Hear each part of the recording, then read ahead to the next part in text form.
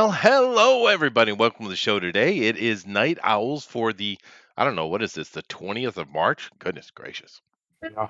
Springtime, almost officially. Well, where you are, it is officially, Yeah, right? I know You're March 21st. yeah, it's definitely warmed up. It is the equinox day. Did you guys have your groundhog come out or did he go back in? Well, there's a couple that do it, right? But one of the ones that did it, he died. Oh, So I guess winter's never that's a ended. damn long winter you're in for, buddy. I know you've had some Oh, winter so storms pop up though. yeah. Well, here's what. See, because where I live, the weather is psychotic Hmm. and schizophrenic. So, Well, you're in the case in Rust point, Belt, right?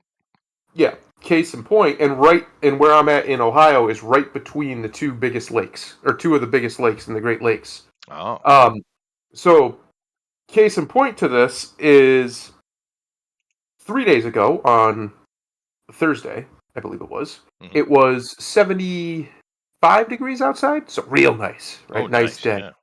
The next day it was 40 and raining all day.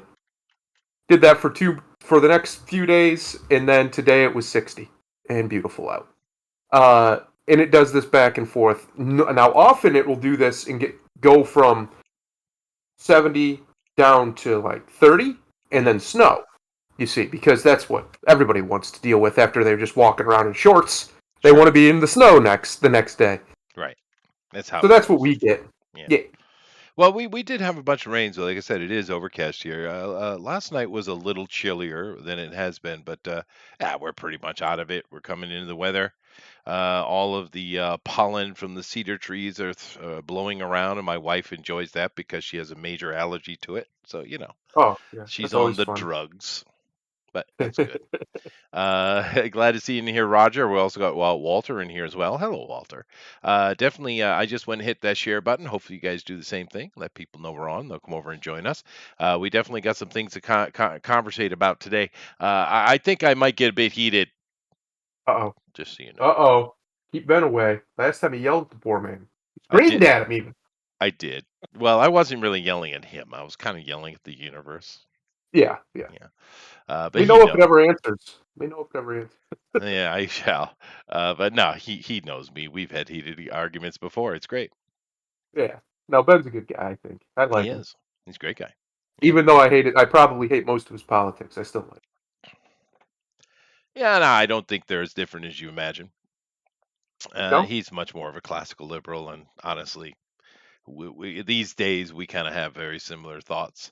There's very few people who are true conservatives. It's quite rare, Yeah. and there's nothing wrong with that. They're just very cautious people, and that's okay, right? I Keep mean, because that. I kind of have always agreed with what was his name? That old philosopher. I can't remember. Well, Ronald Reagan kind of requoted him and kind of brought it back into the zeitgeist. The idea that this whole concept of right and left is kind of silly. That's not the reality. It doesn't go right or left. It goes up and down. It starts with a Hmm. conservatism and it goes up. A radical is a radical. It doesn't matter what they're being radical about. Yeah, Interesting. that's true. Yeah, I can't I remember that. think I think what a lot of people didn't know how to verbalize or well, they conceptualized it, but they didn't consciously when it came to the West was we had certain principles we all just kind of took for granted. At least most Westerners did, largely because most of our civilization was founded by pirates and raiders, brigands of all sorts. That's true. Um, uh, and that principle is, the Bible calls it "reap what you sow" or whatever. It's just reciprocity, Yeah, meaning, if you what a great word. punch me in the face, then I have every right to punch you back in the face. Stuff Or like that. or kick you in the balls. Yeah, yeah. You And know, and whoever initiates the aggression, then that gives the other person, to some degree, the moral quote unquote uh, imperative to, if necessary, increase the aggression in response, since they were the one aggressed against. And that's pretty much like a pirate code, yeah. basically, that we based our entire civilization off of. Hmm. But it's correct. Because if you don't have that principle, if you abandon it, you just become a bunch of jellyfish who And all it takes is one or two strong people who just don't care to just walk all over you. You're missing a It, very important part of the pirate code, though. uh-oh, what's that? Only when we do it. That's right. Yeah, that's kind of the general thing. It's true, and don't you worry or feel bad for Ben, because trust me, he can win an argument. He's done it before. Of course, I was being charitable, but you know. Oh, okay. He won uh, the argument, but I let him. yeah. No, Ben's a smart fella, for sure, dude. And I actually love having his points on the show, because it's you and I are certainly different, right? Yeah. But having another element to that conversation is good, Yeah, so I was I actually hanging out with Adrian. So my wife, his wife, and his kids. We went to one of there's a really nice park that I actually grew up right next to, um, out in the country a little bit. And you go out there, you want to see the Black Swamp, you'll find it. But Mhm. it's a really nice park, really big park. I think it's the biggest one in the whole area. So we all just went out there and just went for a little walk for like an hour. And Nice. he asked me, "Who's that guy? Where did he come from?" And I just told him, you know him and whatever. And he's like, "Oh, well, I actually, I don't know. I think he's a good addition." I said, "Yeah, I do too. Yeah, no, I don't mind him." absolutely, I like it.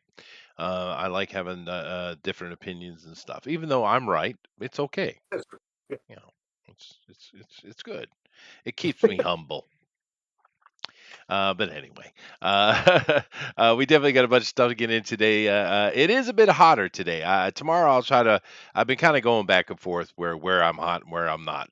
Tomorrow we'll try to have a more kind of fun comic book show. But today, you know, there's just too much stuff. But before we get into that, I guess we should do our weekly update on the happenings in Eastern Europe. And Yeah, no, it's boy, the hype, man. But the Yeah. interesting thing is the goldfish attention of the children of the West. They've kind of forgot about it. They seem to be yelling about other things now. Yeah. Gas Like prices. spending Uh, $60 a tank in a yeah, economy car. Yeah. Hunter Biden. Yeah. His Yeah, laptop. Yeah. yeah, a lot of that kind of stuff. But I'm not surprised. Hey, Jeff. But the thing that's been catching my attention, a couple of points. One, Ramzan, the pirate king of Chechnya, Mhm.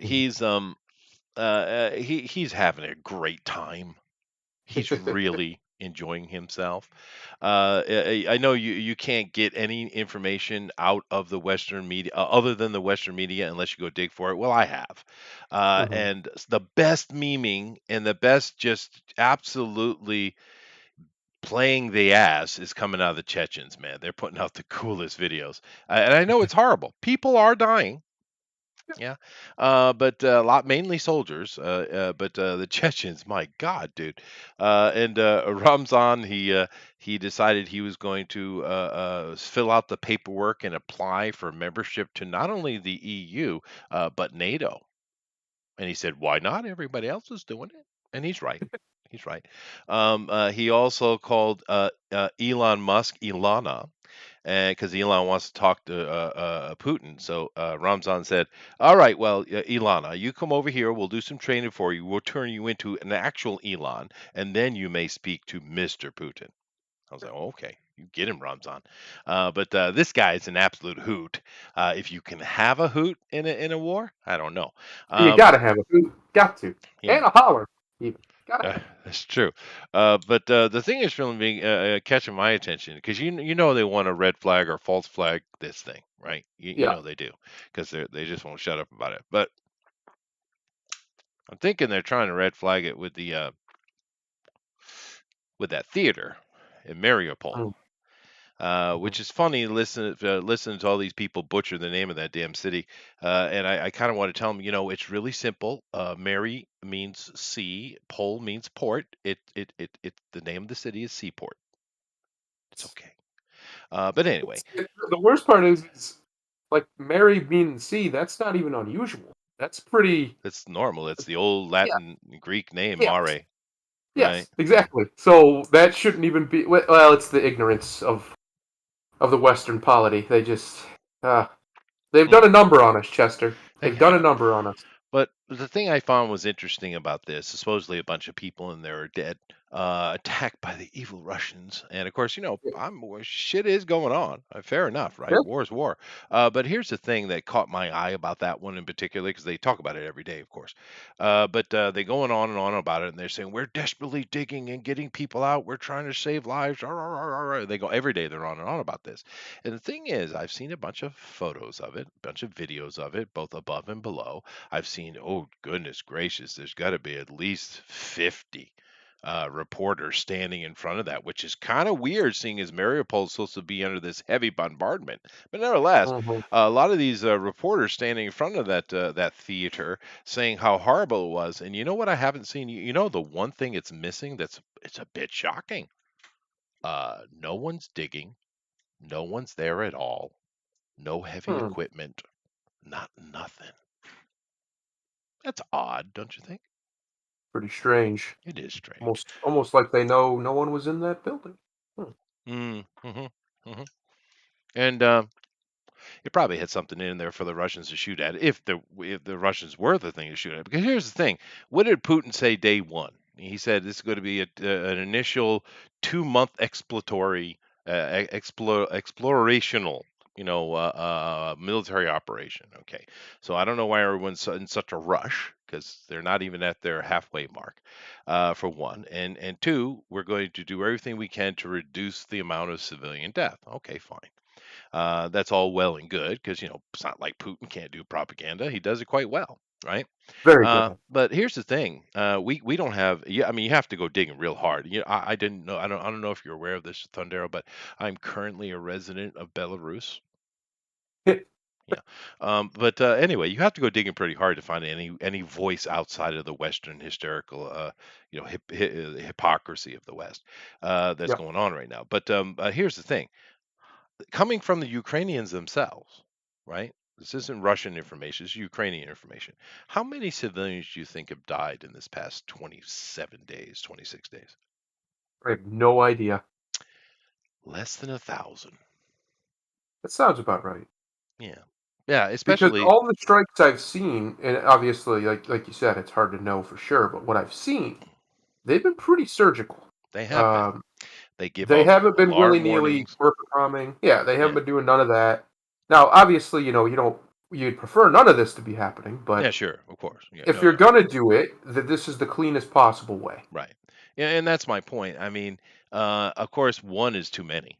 I mean, Yeah, we have to look at our point of view. I mean, imagine what happened to you, and you're losing your home, and you're in danger. Of course, it sucks balls, man. It's not good. yeah, But it's just really interesting when you look at when you have an opportunity to hear what both sides are saying, and then you look at the actual information, the facts that are in front of you. That I mean, 1,000, less than 1,000 dead. I mean, it just hit 900 yesterday. That is, wow, dude. That is low. That is low. impressive. And of course, part of it is they're putting off air raid sirens. The Russians are to Yeah, warn them that missiles coming in, so people go to their shelters or get out. They're warning them because they don't want dead civilians. It looks bad. And besides, it demoralizes your soldiers, most soldiers anyway, right? here's the Um, biggest problem I have with Putin is that as much as I know about Putin, I don't know anything about Putin. What I mean by that is everybody who tells me things about Putin has an incentive to lie to me, that's whether it's true. Putin or the Western media or even independent quote unquote journalists in the theater. They all have incentives to lie to me about what they see or don't see or who this man is. Right. Oliver Stone did those interviews about 5 years ago, I guess now, Mm. 2017, I think, where it's just him basically asking Putin questions. But again, Oliver Stone was doing that, for money. Yeah, well, that's So what he you're has talking an about. The incentive to lie to me too.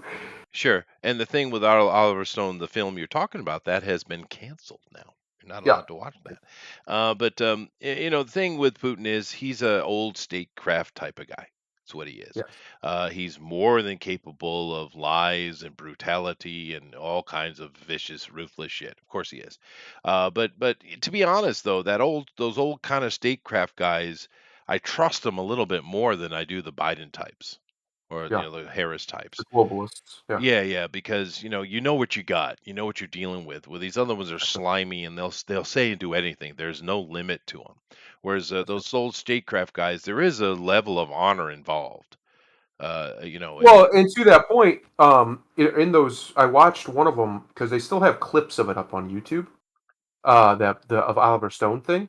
yeah, But I watched one of the clips of him talking of Oliver Stone, and apparently Putin was driving his own vehicle to his office, which his office looks like a palace. But sure, regardless, he's driving his own vehicle to his office, and Oliver Stone's just there with a translator and just asking him questions.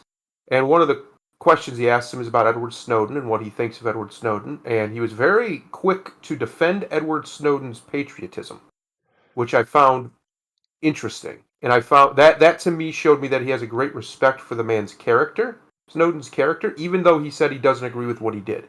He said what he should have done is just resigned, and moved on with his life, basically, because that's basically what Putin did in the '90s when the Soviet contingent tried to overthrow Gorbachev. He didn't want to work for that government, so he resigned from the KGB. right. I'm like, interesting. Like, it was just interesting because that seemed like a completely honest answer. There didn't seem to, from what I could see, there was no lie there. There was nothing to lie about. Why would he has Snowden there. Snowden has, according to him, even according to Snowden, never even really talked to Putin. Now, I don't know if that's true, but that's what he said. There's never even been much fuss about him being there. Um, so it's interesting to watch this man give one of the most powerful men in the world give a very candid, mature answer to a question Sure. without theatrics because he's just driving a car, right? Like that's all he's doing. There's no grand setup here. There's no grand theatric. There's no like Obama and Biden and even Trump does when they give speeches and answer these questions. Oftentimes, it's very much a shtick, right? This is Yeah, this no, is it like definitely what is. they do, and it didn't come off that way at all. It came off as just a genuine answer. Well, So for me, I don't trust anything I get from Putin or about Putin other than what I can kind of see with my own eyes in the way he carries himself, like his body language. yeah. And all I can take away from that is he is a sincere man who actually does care about his country. Whether Well, or not he's a good man, not for me to judge. yeah. Well, no, we know he does love Russia. That's not in that. I don't think that's up for debate. But I just don't think if he was operating like these Western politicians have become, he just couldn't survive in Russia. The Russians wouldn't take it. He's got to be that kind of old, stalwart, stoic statesman. Yeah. I mean, that's what you got to be to be in Russia. You got to understand, Russia really kind of looks down on a lot of the thing. The Russian people look down on a lot of the way we live our life in the West. They feel Yeah. it's inappropriate, and there's no way he couldn't survive in that situation. But nevertheless, I'm not. I don't really, the whole thing for me doesn't really have much to do with Putin particularly anyway. Mhm. I just don't like being lied to, dude. Yeah, exactly. I don't like it. I want to know the I truth. cannot turn around and say Putin is the devil, like our media says, because that's the very same media not 2 seconds ago was calling me and everything I believe the devil. Hmm. So how can I possibly believe them when they say it about him? Oh, dude, Why would they be lying about me and not be lying about him? they're being hypocritical at the every second they speak because they're saying stuff about him that they are doing at the same time. It's Doing literally right outrageous, now. and Like we have in this country right now, we have hundreds of political prisoners who, by accounts that have escaped this prison, are being tortured by the guards and whatever. yeah. Um, American citizens, not random terrorists from overseas or whatever you feel about that, but these are actual Americans. They're being tortured, according to the reports I've heard. Regardless, they're Yeah. still imprisoned for most of them basically for minor trespass. Oh, That's all they the did. January 6th people? Yeah, no, it's Yeah. outrageous. It's criminal. Dave, that's going to weigh heavy in your karma, buddy. Yeah, yeah. You're gonna have to pay for that one day, buddy. I, Jesus Christ, dude. Oh, That's one of the worst dad jokes I've ever seen. Wah! But anyway, yeah, no, it's an absolute cluster, man. Um, and the whole thing is, even though the civilians aren't really taking heavy penalty as far as death, their homes are getting wiped out, they get pushed out. It sucks for Ukraine. And keep in mind, we're talking about civilian deaths. We have no clue how many soldiers are dead. I bet you that number is over 10,000, dude. I yeah, I bet you it wouldn't be is. surprised. Yeah. Yeah. Because even though the media is saying one thing to, these generals getting up there and either are just dim-witted or lying. If you go and you actually look and see what's happening on the ground, I don't care. You don't need to go look for another government's opinion. Just go look at what's happening on the ground. You can find videos. Telegram's probably the best place to get it. Yeah. Dude, the Russians are doing exactly what they want fairly easily. There's been very little setback for them. Very little. Um, Yeah, if uh, you watch the media over here, Putin's flailing, he's losing his mind, he's yeah. turning on everybody. He's like, basically everything they kept saying for 4 years, well, 5 years about Trump, they've just now shifted to Putin. Yeah, no, That's that's it. true. Yeah, it's the hysterical cancel culture, identity politics crap, and and one of the things that if you want to be an actual military strategist about it, one of the things you could complain about with what the Russians are doing is that they're making it way more difficult on themselves, right? Of course, I think pretty much most humans on the planet wish it would stop. Just let's get to it. But Zelensky's not being allowed to, obviously. But because they're really trying really hard not to kill civilians, they're bringing in tons. I mean, I think what's the last number I saw? I think it was like nearly 1,000 tons of food have been brought into Ukraine from Russia, Yeah. right? They're really trying, and of course, some people are appreciative, and some are very not appreciative, right? Because you're in their damn country, they're not going to be friends with you. So the Russians are putting it harsh on themselves the way they're going about this. It's very very difficult. It's certainly going to cost them more lives than if they just went and did the American way, right? Mhm. So I don't know. It's a tough situation.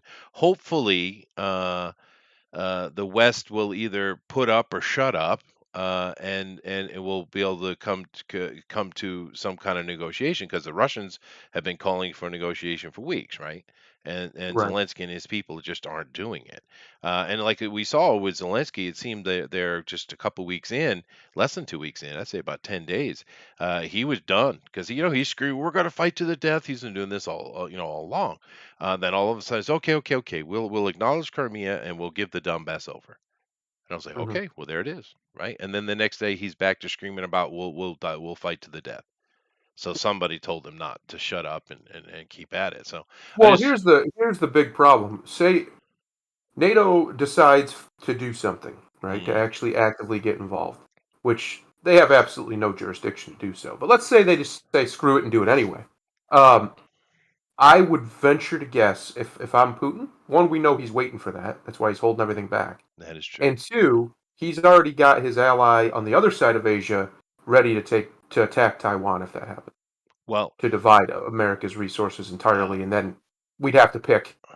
We can't possibly protect both. oh you Simple as that. you want to talk about that? Let's talk about that for a second. Biden Yeah, calls up the Saudis. What do? They don't take his call, right? that's right.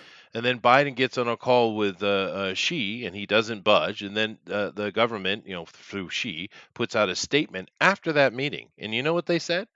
They said America really needs to fix the things that they break, and we will never forgive you for destroying our embassy in Yugoslavia. That's what came out of China after the Biden meeting. Just so you know. A great Yeah, ally, yeah, China. yeah. China basically said, "You fucked it up, you fix it, and fuck you for all the shit you've done to us." That's what they said. I mean, so you good. Biden's having a good run at it. He really is. Best president ever. I love Best it. president ever. But I'm just saying, imagine you had any of the other presidents we've had any of them calls up Saudi Arabia. You think they're gonna not take his call? Any. I mean, Exactly. Clinton, Bush, any of them, right? Well, Saudi Arabia is now, I guess, officially trading their oil in yuans, Yeah, no, they not they the they came out. petrodollar. They threatened that. I don't think they've done it yet, but that was a I don't big think open they've done it threat. yet, but that's a big. If that happens, That well, that's dude, American empire is over. America makes war when you do that, dude. Yeah, Yeah. yeah. So that is there. It's interesting what's happening. I know the West is, talking about how, they're doing their thing, but it's not really going that smooth on the other side of it, right? Well, Um, even if, let's say, somehow Putin completely loses this war, right? They completely lose, and they have to retreat in disgrace. I think the damage has been done. I don't think the American hegemonic empire, whatever you want to call it, uh, is surviving this this it whole it crisis. it This will be the thing that tips it over into hopefully not total obsolescence, but It basic is a obsolescence. it is a challenge, that is for damn Yeah. sure, and we have the wrong government in place to deal with it. But I mean, but it's even deeper than that, dude. I can go watch Russian news or Russian news, or I can go watch the stuff locally, which isn't something everybody else can do. I get that, but I'm also watching Indian news, dude. Right? Yeah. And that's the most annoying thing ever because they speak Hindi and English in this weird pigeon thing. Oh my God, it drives your brain crazy. But anyway, listen to the Indians, dude. They're pissed that America is trying to pressure them at all. They really are. Well, we basically cut off their food supply, or a big chunk of it, by forcing the processing and all this stuff with Swift to cut off the Russians. Well, now they have to come up with a way to get around that because India literally cannot sustain itself without Russian products. No, they They're one of their can, main and trade they have a partners. long relationship, trade partner, and they also have a long friendship with Russia. And keep Yeah. in mind, America, what we do is the same thing that Russia's doing right now. We've done many times. We always pick a side, and we supply them with weapons, and occasionally we actually go in and help. Right? That's what we do. Right? And we didn't go and side with India. Keep this in mind. We sided with Pakistan, which I don't know Which why. makes That's what no sense. well, that's what But we yeah. did, though. Right? So yeah, it's and this is the problem with them basically silencing any media that supports Russia, or not even supports, just takes a neutral stance. They're basically banning it. You can't. I mean, literally, I have to kind of make it look like I live in Belarus just to watch Russian news, dude. Um, Well, now they're even going so far as to literally erase history. So one of the aeronautic museums in America, I think the main one, has effectively removed the Russian cosmonaut, the first guy in space. they I can't did, remember his name. they Yeah, did, they did. they said basically he just doesn't exist anymore. He didn't Yeah. happen. Like what? Wait a minute. Well, You and there can't call Putin an evil dictatorial his name fascist is and then be an yeah, evil dictatorial right. fascist. His name is That's not. Yuri Gagarin. Is his Yeah, name. yeah, Yuri Gagarin. And yeah, it's stupid. But you got other stuff going on that you're not hearing about. For instance, did you know that Zelensky yesterday made all other political parties in Ukraine illegal? That's right. Yeah, Did you know that? Yeah. that's Also, a lot of Ukrainian MPs, actual elected members of the government in Ukraine, who were pro Russia, or had a somewhat neutral stance to Russia, have disappeared, and we've seen a few of their bodies pop up. By the way, dead, of course. of So course. I understand Zelensky's out there acting like this superhero, and everyone's trying to turn him into a celebrity. That dude is just as ruthless as any other leader. Don't misunderstand it. Just because he's a gay man running around kissing guys in the mouth for fun, for comedy jokes, I guess. Don't misunderstand that, dude. Right? I mean, Yeah. these are the things that's going on in there. Keep in mind that when I was trying to make the point with Russia is, basically making it way difficult on themselves the way where they're doing this. That the Ukrainians are not, of course, because they're on home territory and they're just fighting back as they should. But one of the things you're having is the Ukrainian army. And it's not just the Azovs either. It's become the Ukrainian army itself. They're just shooting into pro-Russian towns now, dude. Lovely. Yeah, they're just they're once again back to killing their own people, which was the impetus for Putin to come in anyway. Was the 14,000 dead Ukrainians killed by the Ukrainian government? That was his impetus. Now I'm not going to sit here and be stupid and think that Putin doesn't have more on his plate, obviously. But I'm just saying that is the impetus, and here they are doing it again. So there's a lot of shit going on, and it's not anywhere near as clean cut. And it's not good, man. You need to have both sides of the argument. You need to have some honesty in media so that we can look at this reasonably. But and make a proper choice. Now we're Americans, so of course, Russia bad. I mean, we're programmed that way from birth. And okay, fine, but it's got to a historical point that how hard I mean, I see it over here on the media from afar, but you're living in the country. How hard are the politicians in America pushing for America to go to this war? Oh my, it's ridiculous. It's almost as bad as Iraq and Afghanistan. The problem is the reason why it's not working is one, Iraq and Afghanistan just happened, and two, Yeah. um, I think a huge contingent of this country doesn't believe the administration is legitimate. And not like, oh, like they pretend like it's a fringe minority of 5 or 10%. No, I'd say probably closer to half. Genuinely believes that we are living in a captured government and we're Well, not going to yeah, go die for them. Simple as that. We're yeah. not going to send our sons off to die for them. I know you can look on Twitter, look at people's threads or whatever where they just talk about they talk their son out of going to the military even after they did because they can't in good conscience send them to die for these people. Well, They won't do it. it's insane what they're talking about and what they're trying to push. The message is real. Even though lots of people try to say it's not, or try to say, "What is this message you're talking about?" Uh huh. Yeah. Okay.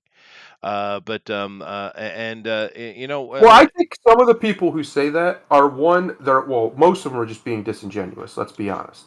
But two, some of them don't see it because it conforms to their own personal biases so much that they don't see it, right? maybe It doesn't trigger anything odd to them because yeah, of course that's the way the world should be, right? That of right. course. Why would you And even question but the problem is the message itself has created biases in me that didn't exist before.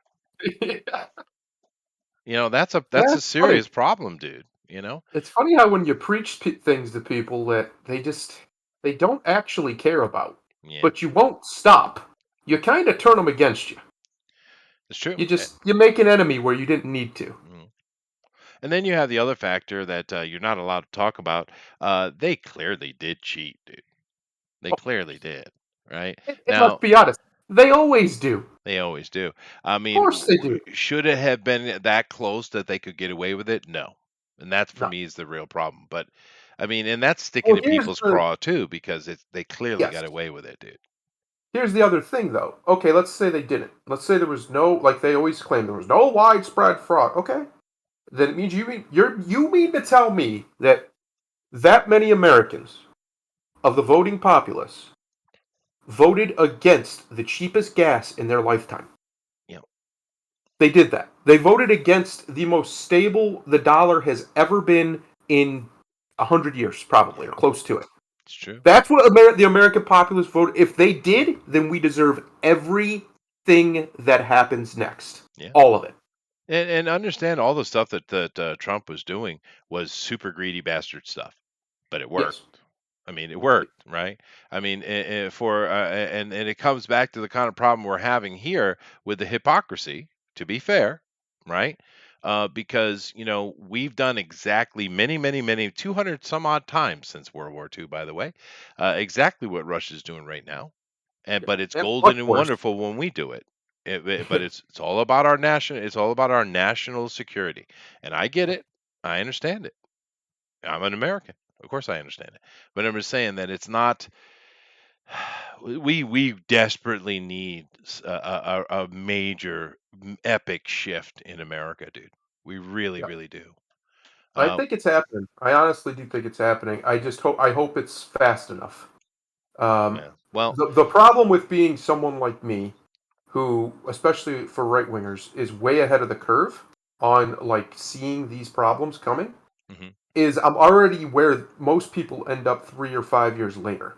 So I'm like, Unfortunately, come on, guys. Come on, guys. And then you unfortunately, have people on the right who want to argue with you when they shouldn't be arguing with you. They just don't see it yet. yeah, The scales haven't fallen off their eyes, if I can use a biblical reference, sure, and they just don't have the information that you do because you've already seen it.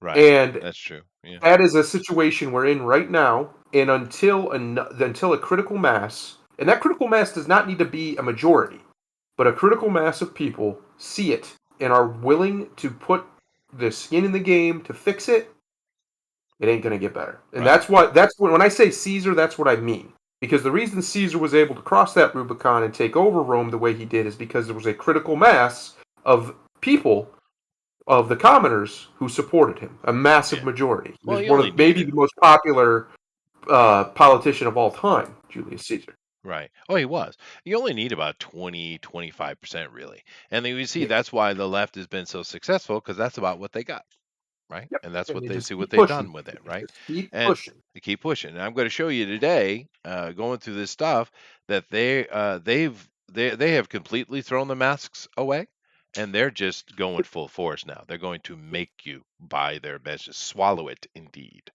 But anyway, let's get into this here. We'll start out a little light, and we'll get into it. Okay, go ahead. A little light in the loafers. Oh, I didn't know you were live. Hang on, let me open it up. All righty, what do we got? Research now shows the real life inspiration for Zorro was Irish, not Spanish. I love it. The gingers shall rise again. Okay. They will. And he was a redhead, actually. Now, Yeah. I found this article funny in two ways. One, research now shows, dude, I've known this forever. Zorro is a work of fiction created by an author named McCully. I think his name is Johnston McCully. Let me check real quick. Where is his name here? Yeah, Johnston. And yeah, I know it was based upon Lamport. There's statues, and you got a picture here. There's statues. I think they even had a picture of a statue here somewhere. Yeah, there it is. So, yeah, this is not recent research. What are you talking about? What the hell? Who am I going to yell at? Augustine. This is not research now shows. This is Well, old news. he But could yeah, very well just be clickbait in that title too, he could be. to get people clicking. Or she could be. I don't know which, a male or female. But Yeah. anyway, that's irrelevant. Yeah. Oh, yeah. Of course, it is based on an actual Irish dude. Yeah, yeah. Whatever. But here's the thing. This fictional character Zorro is cool. And the Spanish don't have many heroes like this, dude. Who else they got? Pancho Villa. I mean, fuck, dude. Sid. Oh, Sid. El Cid. Not Yeah. like. Well, that he's Spain though. Yeah, Right? he's real And Spain. he's Spain, Spain. and of course the other heroes around El Cid that pushed the damn Muslims out of Spain. Yeah, that is. Yeah. If you don't know the history of El Cid, go read that shit, man. It's badass. Yeah. But anyway, I mean, okay, fine. I knew this anyway. But so what? I like Zorro. I like Zorro being Well, here's the funny Spanish. thing is imagine he could be Spanish and still a redhead. That still can happen. It's possible. There That are is true. there are ginger Spaniards. There I've seen are. them. There are. But you know what I mean. I like Yes. him being Antonio Banderas type, Well, I right? just like Antonio Banderas. That's true. So But this original guy that's shown right here, I liked him too. But I'm yeah. just saying, okay, yeah, it's true, but so what? I don't need to know that. And I don't think we need to spread it around. Just leave Zorro as a good old Californian, old country Spanish hero. I think it's great. I love Zorro, man. He's awesome. Well, because here's the difference between doing like a race swap of like that Jarl that they're doing in that Vikings Yeah. Valhalla show. Is this is an inspiration, right? He's not supposed to be exactly that No, person. no, no, he's not. No. Yeah. And Macaulay's stories are really good. You should go Yeah. read them. They're great. And I'm not against this article. I just really, don't tell everybody that. Shh, shh, shh, shh. Be Keep the quiet. mystery. Keep it secret. Leave it secret. People don't know You because a know, lot if of you tell them that, they're going to come at the gingers harder. Just let it go. yeah, that's true. And keep in mind, there's a lot of people in America who think Zorro is a real person. Yeah, I'm sure there is. There are, dude. I But wish he was a real person. I he's cool wish. as hell, dude. I love He Zorro. is. He's so he's so refined and educated, and oh, he's awesome, dude. I love Zorro. He's one of the best examples of the trope of the rogue, right? Of the Oh yeah, roguish yeah, figure, roguish hero. And yeah, I love Zorro. I always like to watch the old Zorro. I love that Antonio Banderas movie, the first one anyway that came out. Second one was okay, but that first one was fantastic. yeah. Well, Um, they do the same thing these days with Robin Hood, where if you go back, and then Robin Hood, there were actual. It's coming out of real life events, but it wasn't a single person. It was many people because there was so much oppression. You had a lot of these people stealing, and some of them it was so bad they just like probably guilt that they actually started sharing with the fellow family members and village members because it was bad, bad. It was really bad, dude. Those crusades almost bankrupted England, dude. Right? And so but these days we see with Robin Hood they've made him, he's a noble all of a sudden, or he's some like with the King Arthur thing, he's a Roman general, or what the hell, dude, are we talking about Gaius? I mean, what are we on about? yeah, But it's the same thing, right? The modern take of Robin Hood is kind of following this same trope that Macaulay did with his Zorro, right? And it's cool. I get it. I like it. I like it. Good. Yeah. I do find it funny though that he's actually Irish. Hmm. Well, and he really did the kind of thing Zorro did. He was very outspoken. But anyway, Yeah. we're not going to talk about it because yes, Zorro is real. He is. He is. Yeah. Okay, let's go on here. Now, this right here was put up by you, Yes, and sir. I'm actually going to play it. I'm going to Let's play do it. it. This is thing that they're talking about this article here, and this is this lady who's supposed to be an intellectual, and she's basically pushing critical race theory here in Japan. This lady, Yeah. and this is an economic show here, so they normally talk about business and money, but I guess this irritated them, or this lady, so she decided to put it up. But I want you to watch how the Japanese respond to this thinking, right? And now keep in mind that you can read the text here, the subtitles, but it's just very bland subtitles. Understand that I'll interject. Let me just do it that way. Just do こ it. の人はですね、は日本に住んでいる日本語を話す日本人は、特権階級だということを認識しろっていう主張なんです。だから私たちはみんな、Okay, now she's laying out the idea that this lady, her name is what is her name? Hayashi Kaori. She has stated that if you live here in Japan and you speak Japanese, therefore you're a privileged class. And you must be aware of your privilege because you are a Japanese person living in Japan, Absolutely. and you're all privileged. Now, this statement just in itself is very bland from our point. And a lot of times when you see Japanese translated, it seems like they're speaking academically all the time. They're not, right?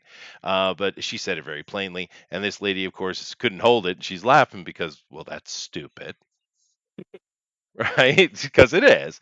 Just watch this. This is interesting the way this goes. 日本に住んでいる特権階級なんですよ。 Mm. はあ。 Well, he's そうです that is not him agreeing. That him's like, what? そ Yeah. れだけで終わるんじゃなくて、特権階級で要は何が言いたいかっていうと、それによって日本に住んで So い the people る who don't 日 speak 本人じゃ Japanese, ない they're 人、 at a 日本語を disadvantage. 話さない人、 We そういう should be 人たち aware of が our privilege in 利益 these をこう poor non-Japanese speakers. だから要は私たちは日本語を話す日本人は特権 And 階級 you are committing the crime of discrimination. Crime, で the あるって evil ことは、要 crime する that に you 差 do all 別 day, してい every る day. 差別という犯罪を行っている人たちなんだっていうことをお And 前た you ちは自 basically 覚し she ろって言 would ってるんですよ。 we're being あなた inappropriate は for not 何 being にもし aware て of ない it. か That's も what しれ she ない said. けど、あなたはそこに存在してるだけで差別をしてるんです Just being here, you are wrong. Now you hear them laughing, right? They're like, what? Yes. Yeah. It's a kind of argumentation, which we would put that as that's a way to bullshit you. How about that? Yes. Yeah. そういう論法なわけですよ。ほとんど現在みたいな。あ、現在派現在現在論。 Original sin. They and you notice that they picked up, and keep in mind these are not Christian people. No. I will lay $1 billion on it. Yeah. Some Christianity's over there, but it's not prevalent at all. No, no, but and it's certainly not these folks. But they Yeah. understand the original sin of it, right? これがもうアメリカでの今流行ってる批判的人種理論ってやつで、 And it's ア being メリカだ popular と as over in 白人 America. 英 The 語を guy's 話す like, what 白 are they 人の thinking? 男 He っていう said. のが一番その罪深いってことになってるんですね。はだから白人の男はもうお母さんのお yeah, 腹 that's の weird, 中にい he's る saying. 時からもう差別という大 See? It's outrageously silly and stupid. They can't keep their laugh. This is an economic show. Understand these Yeah. guys are professionals, right? But love they that. they can't hold their laughter because it's so stupid. And of course it is stupid, right? And they all understand this very clearly, right? Good. But yeah, now it continues on, and they just keep laughing at it, and it's ridiculous. I'm not going to play the whole thing, but they can realize the silliness and just laugh it off, and that's the end of it because it's not going to have an impact here at all, right? I hope so. I You really know, do. it certainly won't. There's no way it can In work here. fact, It's I impossible. would endorse the Japanese people to basically expel people promoting it from any form of position of influence. Yes. Just go away. You're silly. You're promoting nonsense. Nonsense, original sin, theological ideas as if they're scientific. Go away. Get Yeah. out. My wife informed me that this economic show is a YouTube show. It's not a television show. Thank you, babe. Gotcha. But that doesn't matter. But you know, living here, I've said this to you before.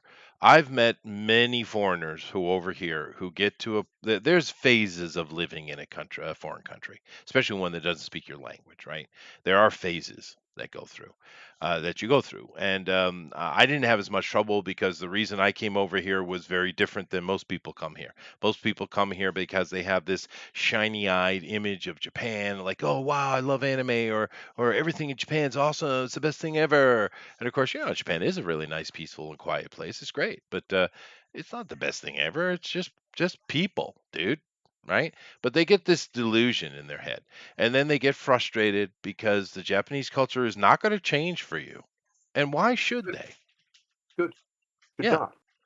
Well, To move to another place or to stay in another place for a long period of time, and to expect the people who have lived there their whole lives to change for you, to accommodate you, is preposterous.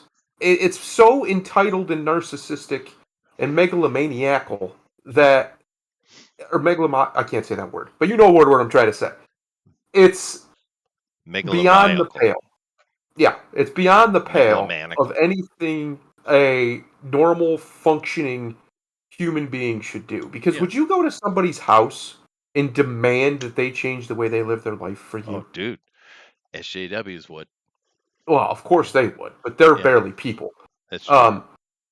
But I mean, I don't understand that level of hubris. Mm-hmm. Because if I go to somebody's house and they have a practice, whatever it is that I just find egregious, well, I'm just going to leave. Mm-hmm. Like, it's just that simple. Fine. I'm going to go home.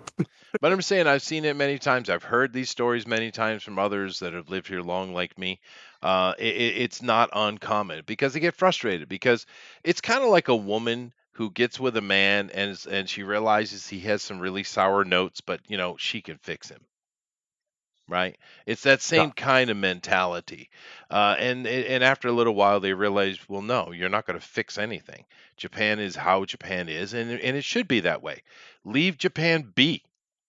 They are what they are, and that's fine. It's their country, man. It's their culture. We have no business messing with it. We really don't. Right? Now, I understand the frustration. Shit, I've been frustrated over here many times because they think different than we do. They approach it different, but you know, that's okay. When in Rome, right? That's right. But yeah, this is typical nonsense, and this lady's an idiot, and she's getting laughed at, and that's how they'll deal with it. Yeah. The other thing people need to remember is East Asian cultures, especially Japan specifically, has evolved pretty much on its own, besides other cultures in that area, but away from the Western influence for thousands of years. Oh, like yeah. Their culture and their traditions are much older than ours, and to expect them to behave in a similar manner, Sure. to some degree, sure, yeah, you don't want to live with barbarians, but they're not barbarians. They're No. civilized, and they have Well, great civilization, and they've had great they have. civilization for a very long time. Well, we're the barbarians from their point of view. Yes. Yeah, no, dude, the Great Wall of China is a thing. It's a real Yeah, thing. And it's there. understand that a lot of this reasons why all these cultures around the world have these comparative, identical religions and cultural aspects and language aspects is from the early Aryan migrations. But those are a long time ago, dude. Thousands and thousands Yes. of years ago. And things kind of settled themselves out about 6,000 years ago pretty well, right? Which Uh, is ironically right when a lot of religious organizations, religious groups, yeah. religions, I guess And you call history them, started, right? Yeah, think exactly. that the world started, right? That Yeah, right that's right. around that time when everything was just settling again. Well, we know that's obviously untrue. Even if you don't believe the world's billions of years old, okay, I don't know if it is or not, but we know it's a lot older than 6,000. Right. We just Well, the first time they really, really breached the literally breached the Great Wall was when that Anatolian dude, Genghis Khan, that dude, when he yeah. took his armies, went over and met up and raised armies in the Altai region and literally breached the walls of China and conquered Mhm. them, right? I mean that, and they did it for a reason. There's probably money. It always is, right? Usually is. But I mean that was what 1,200 years ago. I mean, it's gonna be 800 years ago. Yeah. 1200, in the 1200s. So I mean, China had that wall real strong for a long time, dude. Yep. And yeah, that's very true. Everything behind the wall, including Japan, has been separated over that time. Yeah, with less and less influence and interaction. Yeah. But anyway, let's move on. Interesting little thing you found there.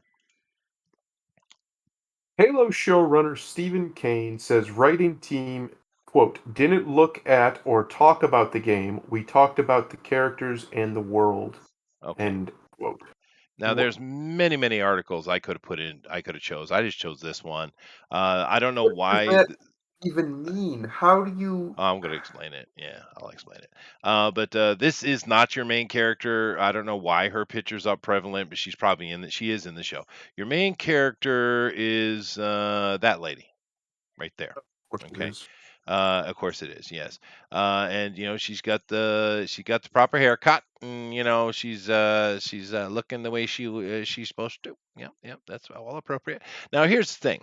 In this story, first of all, Master Chief is not wearing his helmet at all. I mean, he might put it on occasionally, but he's not in his helmet because we need to see him. That's the only way to emote. You can't emote with a helmet on. He hasn't done it for, full 5 games. Well, I'm just saying, Six so now. okay, so Master Chief is not going to have his helmet on. He's not the main character anyway. She's the protagonist. She's the main character. And they didn't bother to play the games or read the games or watch any of the cinematics or nothing because they didn't want to be influenced by Halo. We're making a Halo show here. Why would we want to be influenced? I mean, what are you talking about? Yeah, these are the idiots that are just and understand. This $100 million dropped. Just hundred gone. million Just dollars, right into the ether. and Paramount can't afford $100 million. I don't know what they're doing. They are so bankrupt and busted because their deal with Bad Robot. J.J. Abrams has screwed Paramount so hard, dude. Yeah. Right? And I don't know what they're thinking. This is so dumb. I mean, if Apparently they deserve it.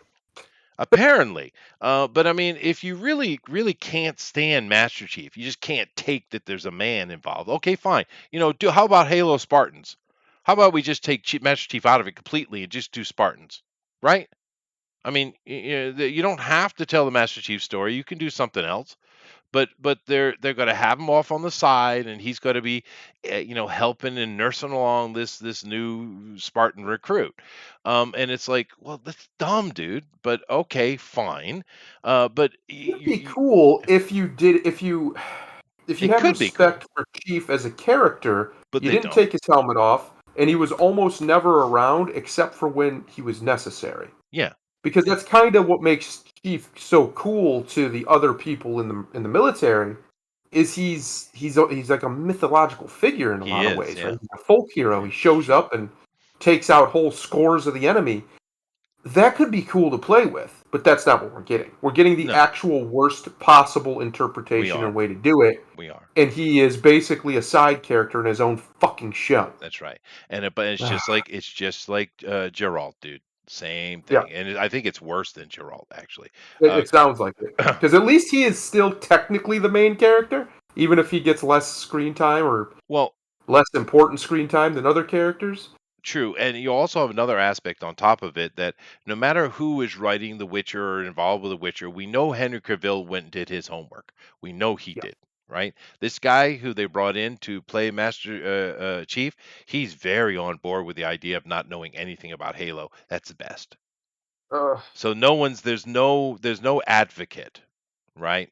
And of all course, these years, man.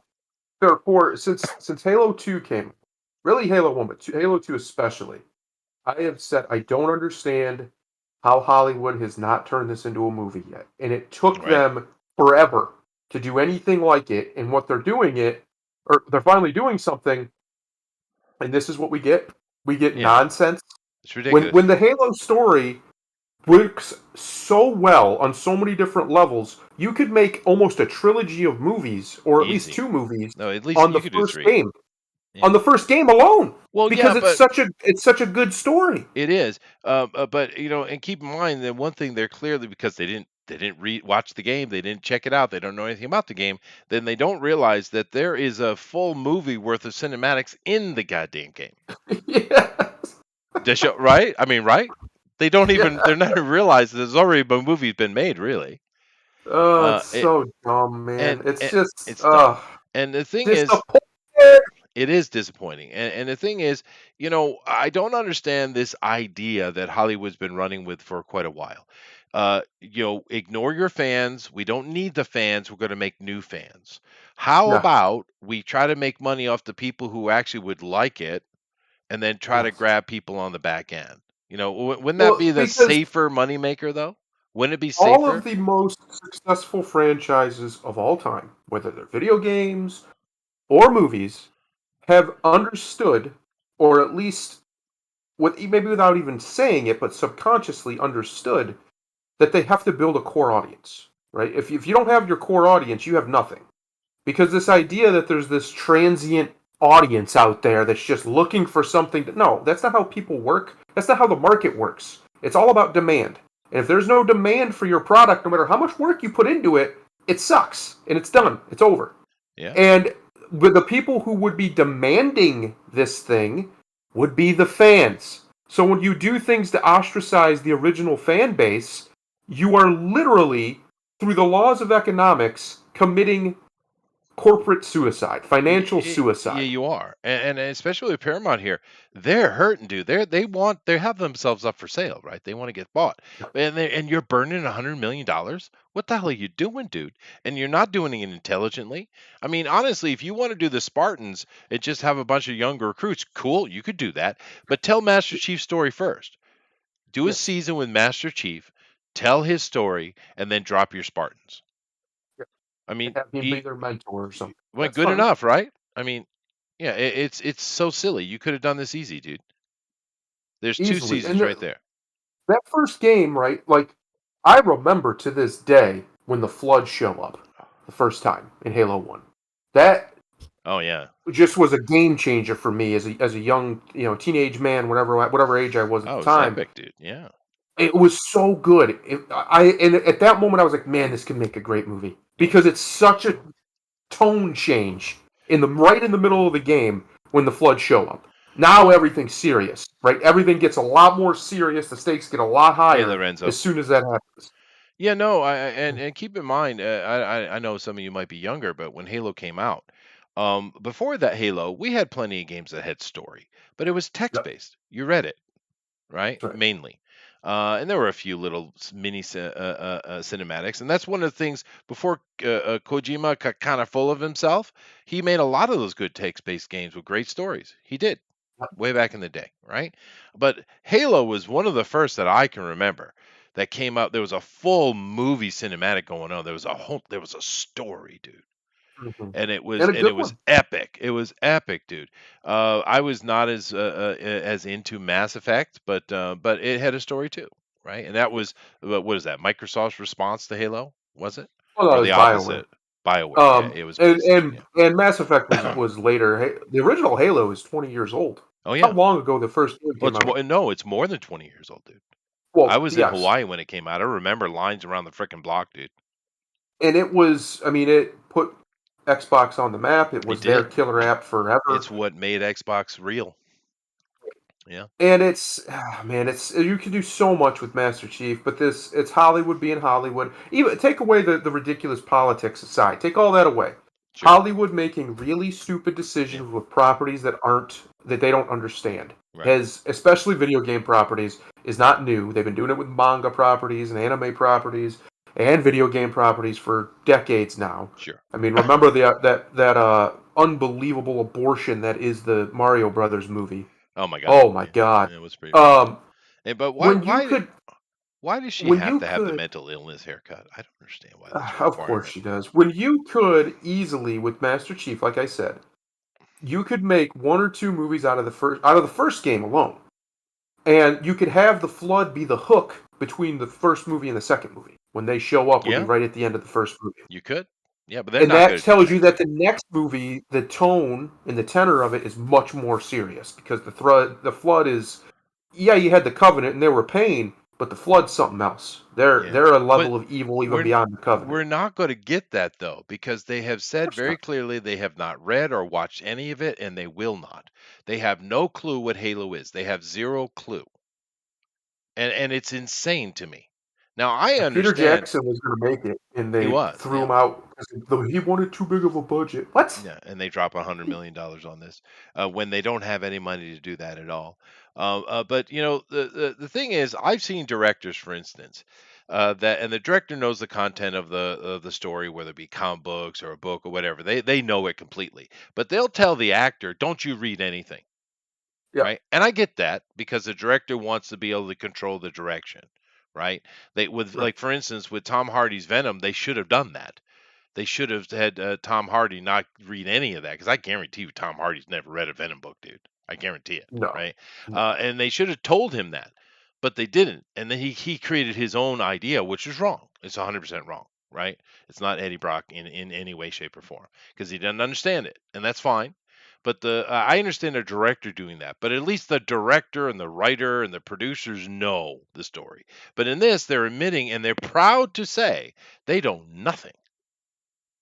It's insane. It's I insanity, don't dude. understand why Master Chief can't.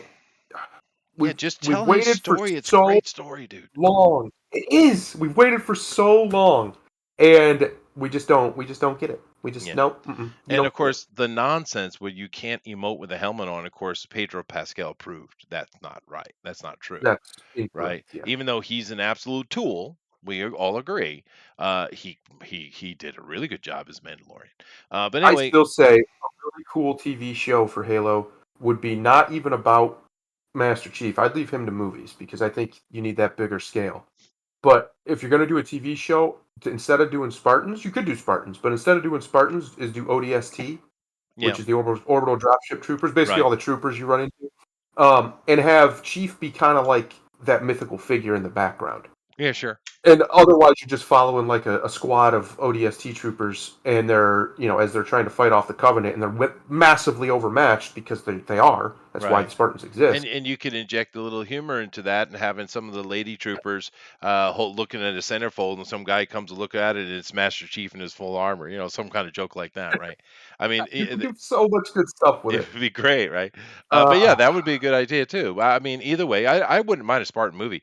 They just it's that this is a different thing because uh, I'm moving on because this is just inane. It's inane. Good news exactly. though, however.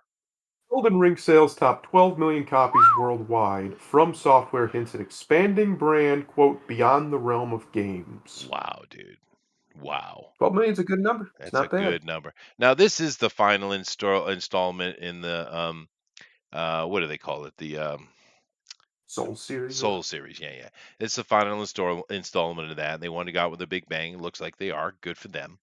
And I've already seen some of the Souls games be turned into board games. I'm sure they'll make this one as well. Maybe they'll have, I don't know if they can, but they might do comic books. What do you think they mean by expanding the brand? What do you think they mean? Probably what you're saying right there. Comic books, maybe even TV shows or movies or something. Yeah, maybe. Yeah, Uh, why not? I mean, I don't see why it would not. be tough though. This would be a Would tough be. video game to bring over, though. You know. It would be. Yeah. I guess the worst part about this game to me is everything around it looks like a game I would love, and Hmm. then I watch people play it, and I'm like, oh, this just looks so frustrating. It doesn't look fun to It me at is. It's all. difficult. Yeah, that's the Uh, point. It's the challenge. I'm over games being because I grew up. Listen, this game ain't nothing compared to some old and Nintendo games that were literally designed either for arcades or just to screw with you. They were designed to be basically near impossible to beat or incredibly frustrating. So I cut my teeth on those kind of games and arcade games that were literally designed to basically take your money, um, where they were designed where they're near impossible to win. So when you bring out these games, it's like I've done this, guys. I've done these. Yeah, it's prettier. Yeah, it's a lot more advanced. But I get what you're doing. You're making it Right. intentionally incredibly difficult because there's an audience out there, a market that demands that. Cool. Yeah. I'm just not that market. And that's a shame because everything else about this game looks amazing. I like the Yeah. lore. I like the class system, all that. The gameplay to me will just make me want to rip my hair out, and I'm Right. not going to do it. Well, I'm I going to do it mean, to myself. yeah, no, I'm not a fan of the Souls either. It's not my favorite kind of thing. I just don't like the Yeah. aesthetic. But that's not the point. I'm just celebrating their success. I Yeah. mean, their biggest sales was double this, but they've already made what 12 million in such a short period. So, congratulations is really my take on it. And it sounds like they want to expand this series going on. Now, the interesting, which is weird, but okay. But I thought it was very interesting because I haven't played it, but I watched a bunch of people play, and I've kind of to get the gist of it. And George Martin, he's done a very Kojima-esque thing here, Hmm. which is weird. I would never expected that out of Martin. He's such a classical fantasy writer, right? But Right. he really has gone into that weird Kojima psyche, and I understand the Souls is that, so he had to stay inside the vein of the aesthetic. But it sounds like Martin really, really did something new and inspiring for himself, something different. He stepped out of his comfort zone, which is neat. Of course, he's not going to finish the Game of Thrones. That's clear. Yeah. Yeah, I don't know why he keeps pretending like he is. He should Yeah, just yeah, hire yeah. somebody to finish it for him and That's be done true. with it. Yeah, just let it do. But anyway, I don't want to stay on it too long. Just congratulations, Good dude. job, guys. Good They job. do deserve it. They Yeah. because they've had pressure from all over to make their games easier and things like that, and they've resisted it and said, "No, we make our games for our audience, and our audience wants it hard." Yep. Yep. And they've never bucked it, and for what I can tell, they've delivered. And I appreciate that. I appreciate when a company realizes they don't have to mass market to make money. And look what happens. When you don't, like we were just talking about it earlier, right? When you don't corrupt your product to appeal to a broader audience and just appeal to your audience, if what you're making's good and scratches their itch, guess what happens? They find more people who also like that same itch to be Yeah. Well, scratched. they get in on the hype, right? I mean, that's how Yes. you do. But I actually played this series oh my God, forever back. I played Demon Souls. Yeah. And then my son got into it. I didn't really play much after that, but then they came out with Dark Souls, I think it was. And I played a little bit of that. My son was more into it. But one thing I did notice is, Dark Souls is, and he played another one called it had a different name, but it was more Victorian England type of thing. I can't remember what that was. But Bloodborne, that one? Bloodborne, yeah, that one, yeah, yeah, yeah. But I did notice that Demon Souls was a lot more difficult than Dark Souls. Yes, they did tone it down between them, but that was pretty much as far as they went. Then they made like Sekiro, which by according to From Software veterans, quote unquote, it's the easiest one. But I played that game and I was like, nah, nah, I'm good. Yeah, It's frustrating. I'm not it having is. fun. I'm not going to keep playing it. Well, I come from the Atari Nintendo 64 generation. So Yeah. having very difficult games where you have to memorize long sets of movements, it's kind of normal for my generation. These days, it's not. So getting through Demon Souls was doable for me because it really was kind of flashback to that. It was different Well, I because it was could do it. I just vertical. don't want to. Well, I yeah, I could do it. I mean, just don't want I'm just saying we're used to it is all I'm saying. Yeah. Of course you can do it. That's not the point. But I mean, the difference was this was like a vertical, third person point of view, whereas we're used to doing a side scroller in that kind of thing. But it was really difficult though. Demon Souls was rough. Anyway, I'm going to move on. But just awesome. Congratulations, man. Like to Yeah. see it. Boys and Like to see it. girls, very good job. Yeah. Well done. Do Lorenzo says, do we have a public Discord server? Yes, we do, Lorenzo. And Thundero's going to drop the link for you so you can come over and join us. Yeah, 1 second. Let me get one. Copy. And Kachowski. There it is. That should take you right to her. 9 women file lawsuit accusing PlayStation of sexual harassment and discrimination. Uh-oh. Okay. Uh-oh, Sony. What have you Uh, done? well, this game that they're showing this is a game right here. It does look pretty good. Of course, once again, we get another female protagonist because that's where all we're allowed to have, I guess. But it looks good though. So there's not much to say about the game they chose as their thumbnail here. However, um, we covered fairly well the Activision Blizzard collapse on this show over the years, right? Starting way back from the Activision, the Chinese censorship of that kid that won the Hearthstone tournament and Yep. basically got canceled and got his money taken away. I think they ended up giving it back, but of course it created trouble. The nonsense they were doing with Diablo, the really bad drop of Warcraft, a whole bunch of stuff. They were just screwing up left and right. And then we started getting a lot of this noise coming out about discrimination, sexual harassment, and stuff. And it sounded like there were some bad actors, for Yep. sure. But it also sounded there was a lot of bullshit as well, right? It's a mix, right?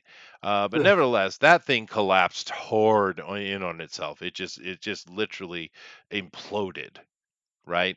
And then Microsoft swooped in and bought it. You would think cheap, but no, they spent too much for it. But whatever, Microsoft bought it. And right now, Microsoft's just kind of letting it sit. And people are complaining that they haven't done anything. They're just kind of letting it run as it is. But I have a feeling Microsoft's going to let it sit for a while, let it calm down.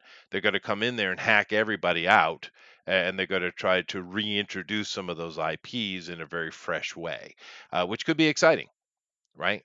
The reason I mention that is because this sounds just like that. Okay. Yeah. Now, first of all, keep in mind Sony PlayStation, the Buchos over in Tokyo gave complete power over to Anaheim. So Sony's being run by a whole gaggle of SJWs. We all know this, right? We know this. The only company I can think of, big mega company that's more woke than Sony is Disney, right? Oh, good. Yeah. Right? So, I mean, so these accusations are going against PlayStation, Sony PlayStation, which is a pretty woke thing already, which is sus in and of itself. But when you read this, it gets more suspect. So one lady did made a sexual harassment lawsuit, and then 8 more jumped on board. Okay, it's kind of like same thing that happened to Bill Cosby, right? Now, in November, last year, a former Sony PlayStation IT, Emma Mayo, filed a lawsuit against Sony Interactive, claiming she was wrongfully terminated after she spoke out about discrimination against females at the company. I don't know if that's true. Maybe she was just being noisy. Who knows? Subsequently sought to expand her lawsuit in class action encompassing all women or individuals who identified as female who worked for Sony in the past 4 years. Now, no, no. Why do all women and those who identify as women need to be involved in your lawsuit? Don't you find that odd? I mean, you have a complaint yourself. Why does everyone else have the same complaint you have? I don't understand. It is interesting. It is weird. Okay. The lawsuit claims Sony discriminates against female employees. Uh-huh. I don't believe it, but all right, go ahead. Including those who are female and those who identify as female. Why is this distinction important? In compensation and promotions, and subjects them to work culture predominated by men. So, reading between the lines, you're not getting the money you want, And you blame men for it. and it's men's fault. Okay, all Yeah. right, fine. Yeah. Yeah, this is an actual lawsuit filed. Keep that in mind. This is not a public media campaign. This is an actual lawsuit. In support of this claim, the filing highlighted how even though 41% of PlayStation owners are female, a 2020 study revealed that Sony's executive committee was 100% male. Well, so So so is why? that a problem? You're, If it you're was talking. 100% female, would she be whining that there's Well, it's dominated by women? Would that be a problem? the day-to-day operation is certainly not 100% male, right? But if you're Yeah. talking about the executive committee in Tokyo, which doesn't do hardly anything anymore, of course it is. It's Japan, And it's a obvious. bunch of old dudes, It's a bunch of probably. old dudes that have no clue. Yeah. Yeah, and those old executive dudes are one of the biggest problems in Japan, actually. Yes. But anyway, so yeah, I'd imagine 41% of women own PlayStations. Is that real? Or are they just in a household that has one? Are you counting that? Are you counting all the people who use PlayStation to interact with Netflix and other media? I mean, are they actually playing games? And how do they know this? I don't know. How could Sony possibly know the demographics of who owns a PlayStation? I mean, yeah, you could do market studies and things, I guess, but Polls, I guess. eh, that seems very sketchy to me. I get statistically it's probably sound, but I think as the last few years in politics have shown us, polling numbers not only can be skewed, they can be unintentionally skewed heavily. Hmm. And I just don't believe that 41% of the people who own PlayStations, meaning the people who bought Particularly them or PlayStations, yeah. were bought for them, are females. Yeah. I would think I mean, maybe 30% could possibly, I could believe. I would be shocked if it was even anywhere near that high. If depending on the PlayStation we're talking about. If we're talking about, because it doesn't delineate, right? PlayStation 5s, no way. No way. No way. It's Right. definitely almost all men. PlayStation 4s, maybe, because they've been around so long. And they're actually a really good Blu-ray player and stuff Right. too. And there are some games you can get that are, very female friendly. Sure, but keep in mind, in this statistic is Japan. I guarantee you. And in Japan, the difference between male and female playing video games or reading comics is not the same as it is in America. It's Right. different, right? But anyway, I'm sure that is skewing it as well. But nevertheless, okay, fine, fine. But she's saying that her manager, director of product security, Yu Sugita, refused to be alone with any woman with the door closed. Okay, of course he does. And you're blaming him for that? Why would he? Why would he put himself that you do realize these Japanese are paying attention to the bullshit you're doing? Why would he Yeah. put himself in a position to be accused? Well, Of it's a course he's not. catch-22. It's a catch-22. What's It he is. supposed to do? What's he supposed? So he's supposed to have a bunch of closed-door meetings with female employees alone, just them, and that's not going to look suspicious to people from the outside, especially if somebody gets passed up for a promotion. Yeah. What do you because you know for a damn fact immediately people are going to start rumors about him banging her. Oh yeah, 100%. absolutely. And this 100%. 100%. And this is the reaction they're having to it. Now here in Japan, you don't have to worry about that if you're dealing with Japanese, but when you're Yeah. dealing with foreigners, you have to be careful. And she also said that he would ignore a woman if a man was in the room and talk only to male coworkers. Well, of course, because anything he says, you're going to file a lawsuit. Yeah. I mean, Would you talk to somebody who's going to who clearly has male intent about the things you say? right. Would you go out of your way to engage in discourse with this person?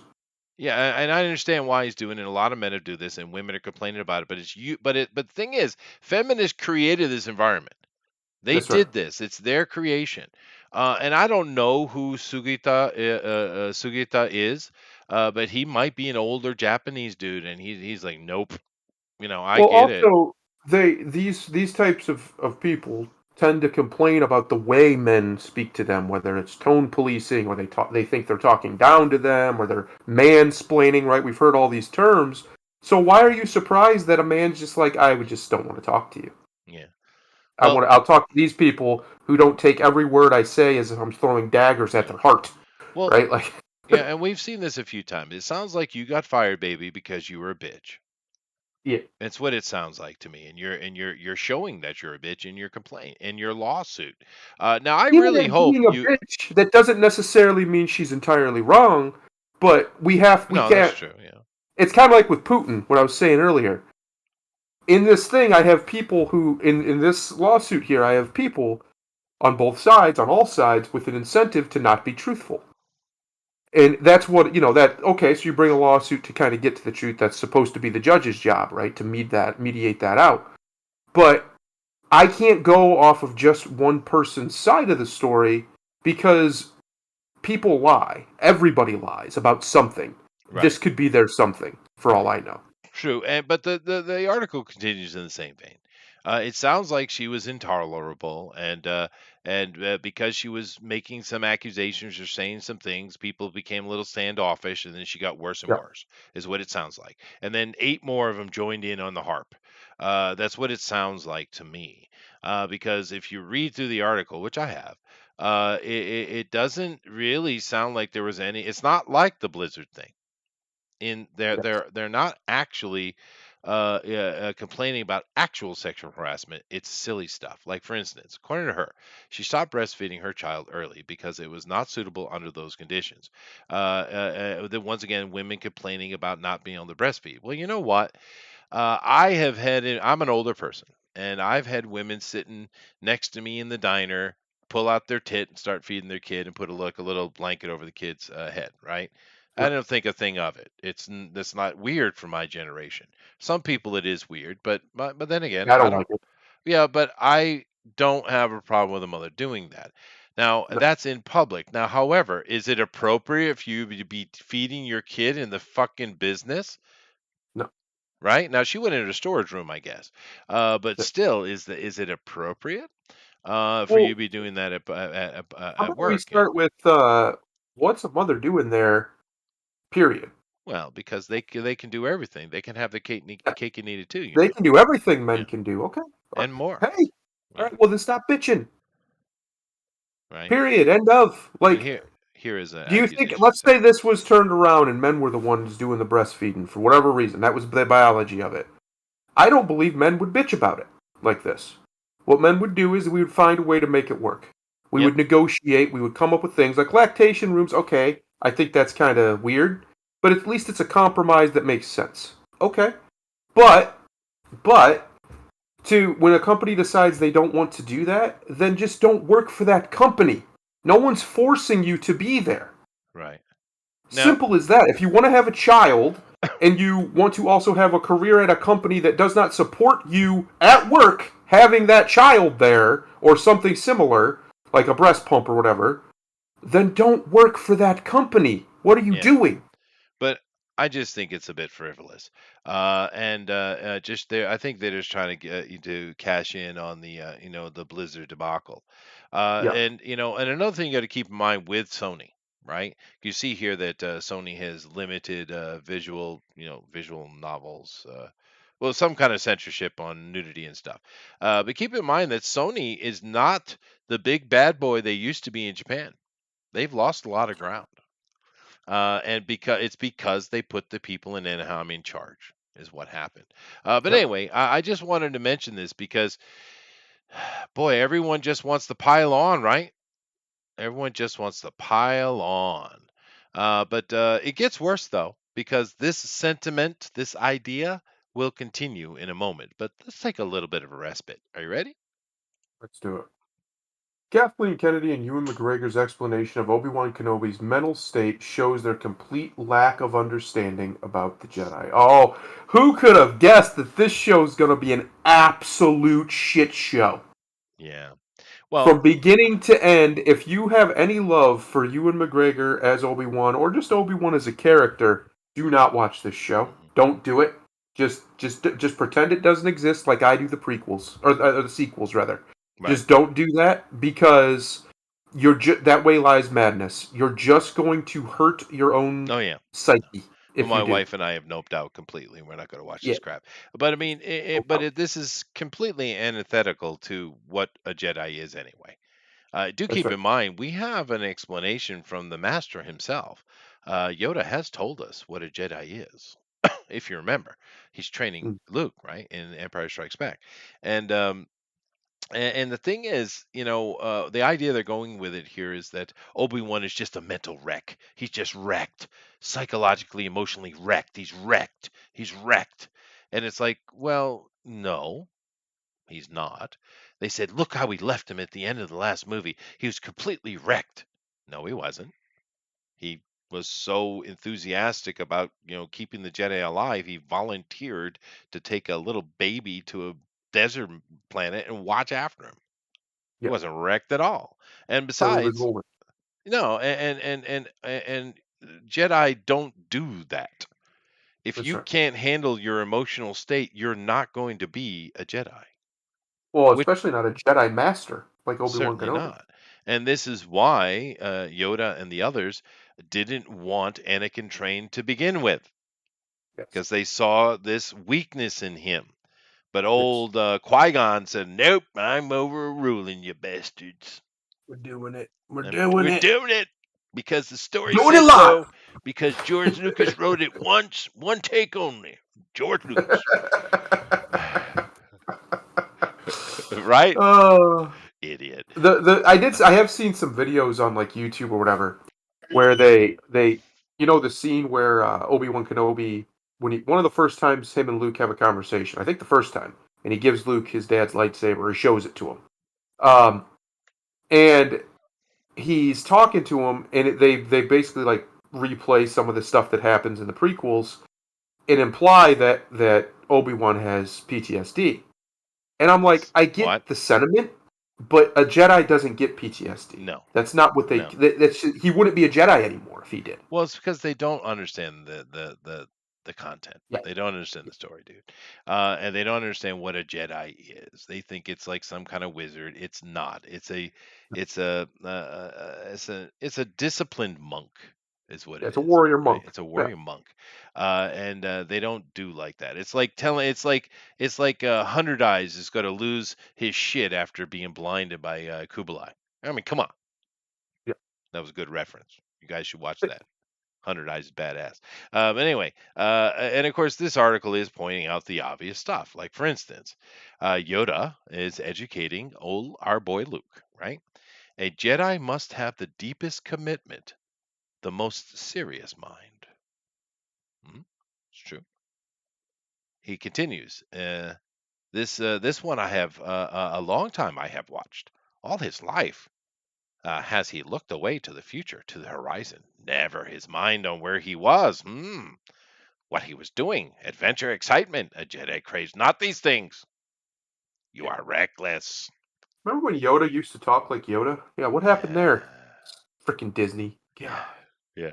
But anyway, he goes in, of course, explaining all the stuff of what it is to be a Jedi. And none of that equates to a master Jedi in Obi-Wan Kenobi, one of the greatest Jedi of all time, particularly the best fighter of all time, would be an emotional wreck who's going to be crying and whining into his little cloak as he looks off into the distance to the little boy.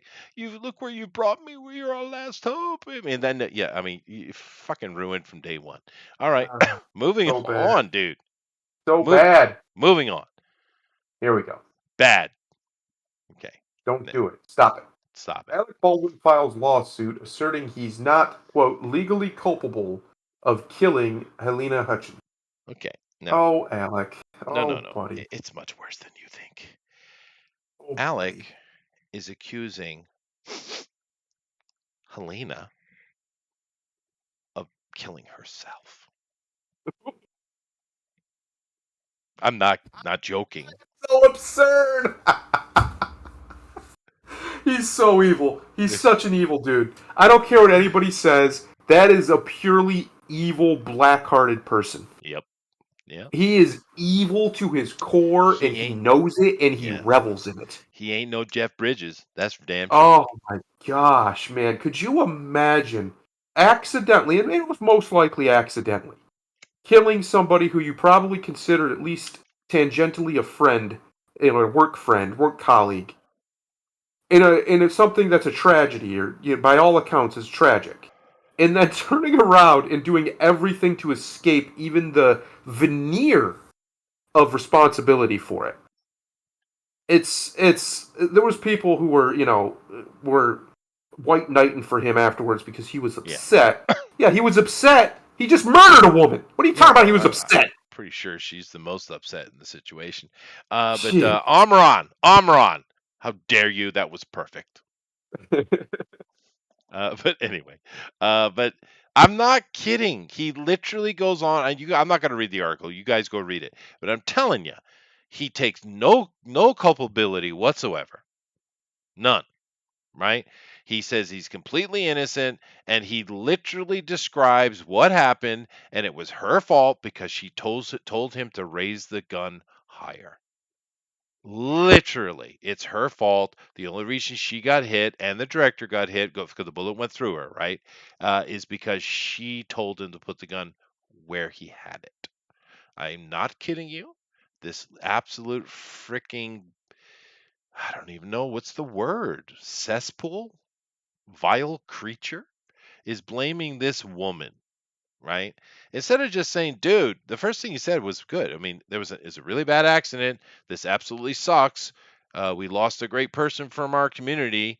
Let's mourn her. Shut up, because that's stop right there. Yeah, because everyone knows that you didn't intentionally murder this woman. We all get that. We get it. We understand, but he's being sued left and right. He's also getting sued by that January 6th lady because he for defamation, the stuff he said with that, and that Hannah girl, she's going to end up getting in trouble for sure. She's the bottom of the totem pole, right? But he's literally has a lawsuit to make this on the record, dude. It's gross. It is gross. Man. The worst part is everybody would have basically forgotten about it by now, and pretty much have. But somehow, some way, he keeps bringing it up himself.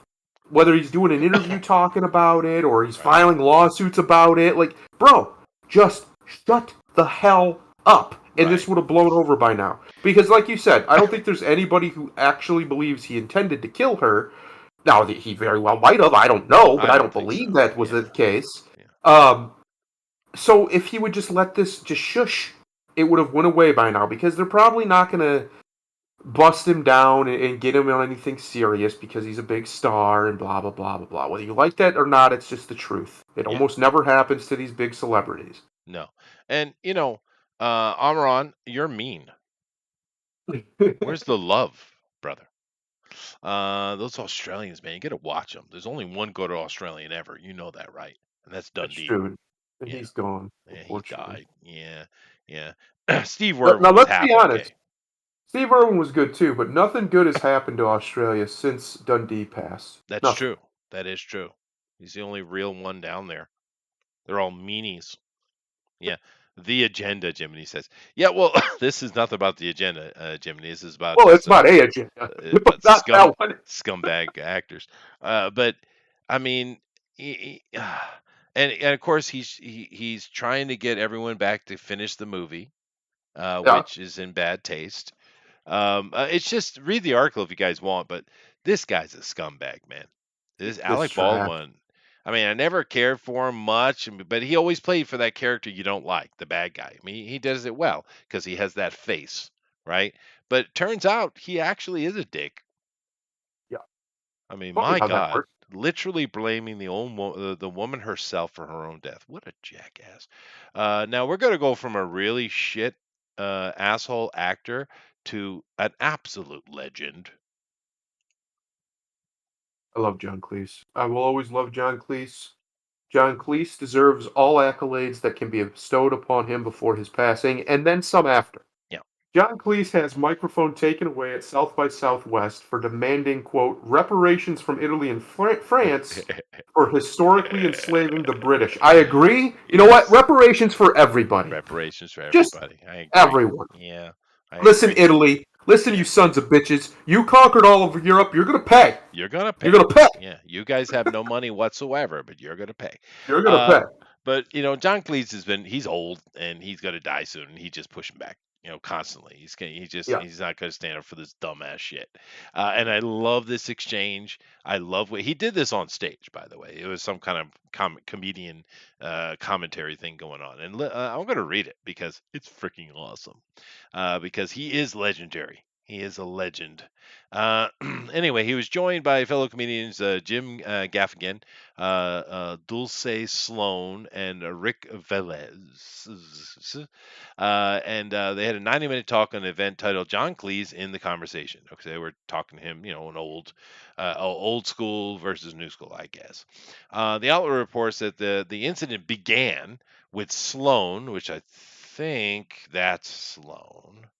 Anyway, it started with Sloan and a Daily Show correspondent who is black, making a joke about colonization, which prompted Cleese to respond with the declaration that people forget the British Empire was the basic political unit or organization for 6,000 years. The British didn't start colonizing, of course, he's referring to, which is, of course, true. Where the British are not been in charge forever. We know, but y'all did it so well. That's a good comeback. It's a good comeback by Sloan. It's comedic. Okay. Sloan replied to the English comedian, reportedly drawing some laughs from the audience. That's good. That's good. But you're messing with John Cleese here. I mean, who do you think you are? I mean, honestly. I mean, he's quipping. This is all quippy, right? And he says, "It's the reason I'm here. I'm not supposed to be here." I guess it's. I think this is Sloan. Maybe I'm wrong. But the black dude said this. Okay, clever, good. Cleese then doubled down on his stance, asserting, "We gave you free passage too," adding, "Yes, that's true. That's fair. Just didn't have to pay for coming over as a slave. Good, good." So it's starting to barb each other here. You can tell. History is a history of crime, he continues. It's a history of people who were stronger beating up people who were weaker. And it's always been that. It's deeply, deeply distasteful. But to pretend that one lot were worse than another, you don't know the British have been slaves twice, right? Okay. Sloan then said, trying to sway away from the topic because it sounds like it's getting uncomfortable, by stating, "The Dutch are the problem." We all agree. Okay. Well, that's true. That's true. Damn Dutch. Damn Dutch. But my people were slaves too, responding. Getting competitive about this business of being oppressed. We were oppressed, the English, by the Romans for 400 years, from about 0 to 400. You're really going back, interjected this Dan guy. This is getting so uncomfortable, another one said. Sloan reportedly said, "I don't want to have a struggle competition," to which Cleese declared that, the Sloan guy is pushing back, which is cool. To which Cleese declared that he not only wanted reparations from Italy, but also from France. He claimed that the comedian prompted shocking grasps from the audience. Awesome. Get him, John. I want reparations from Italy. And then the Normans came over in 1066. They were horrible people from France. I love it doesn't go away between the British and the French. It will never cease. They do not like each other. No, and they came and colonized us for 30 years. We need reparations there too. I'm afraid the British. I'm afraid. You can imagine him saying this, right? Yeah. And it continues on, but and they basically, Sloan got up because he's quipping back, and then this guy quips back, and then John started to get into a Jew joke, and they grabbed his mic and took it away. Holy shit, dude. But oh goodness. Yeah. John got him, dude. He put a bee in their bonnet, man. And of course he's not wrong, but that's not why he said it. They were being arrogant and uppity and Yes. this typical identity Sanctimonious. politics, sanctimonious. Thank you. Yeah. And he just took him down a peg, is what he did. And it's great. It's great. So This is why most people don't like Trump, because he was, whether he was intentional or not, and most often he was taking people down a peg that don't like, that are so arrogant and narcissistic they cannot tolerate being taken down a peg, and that's really it.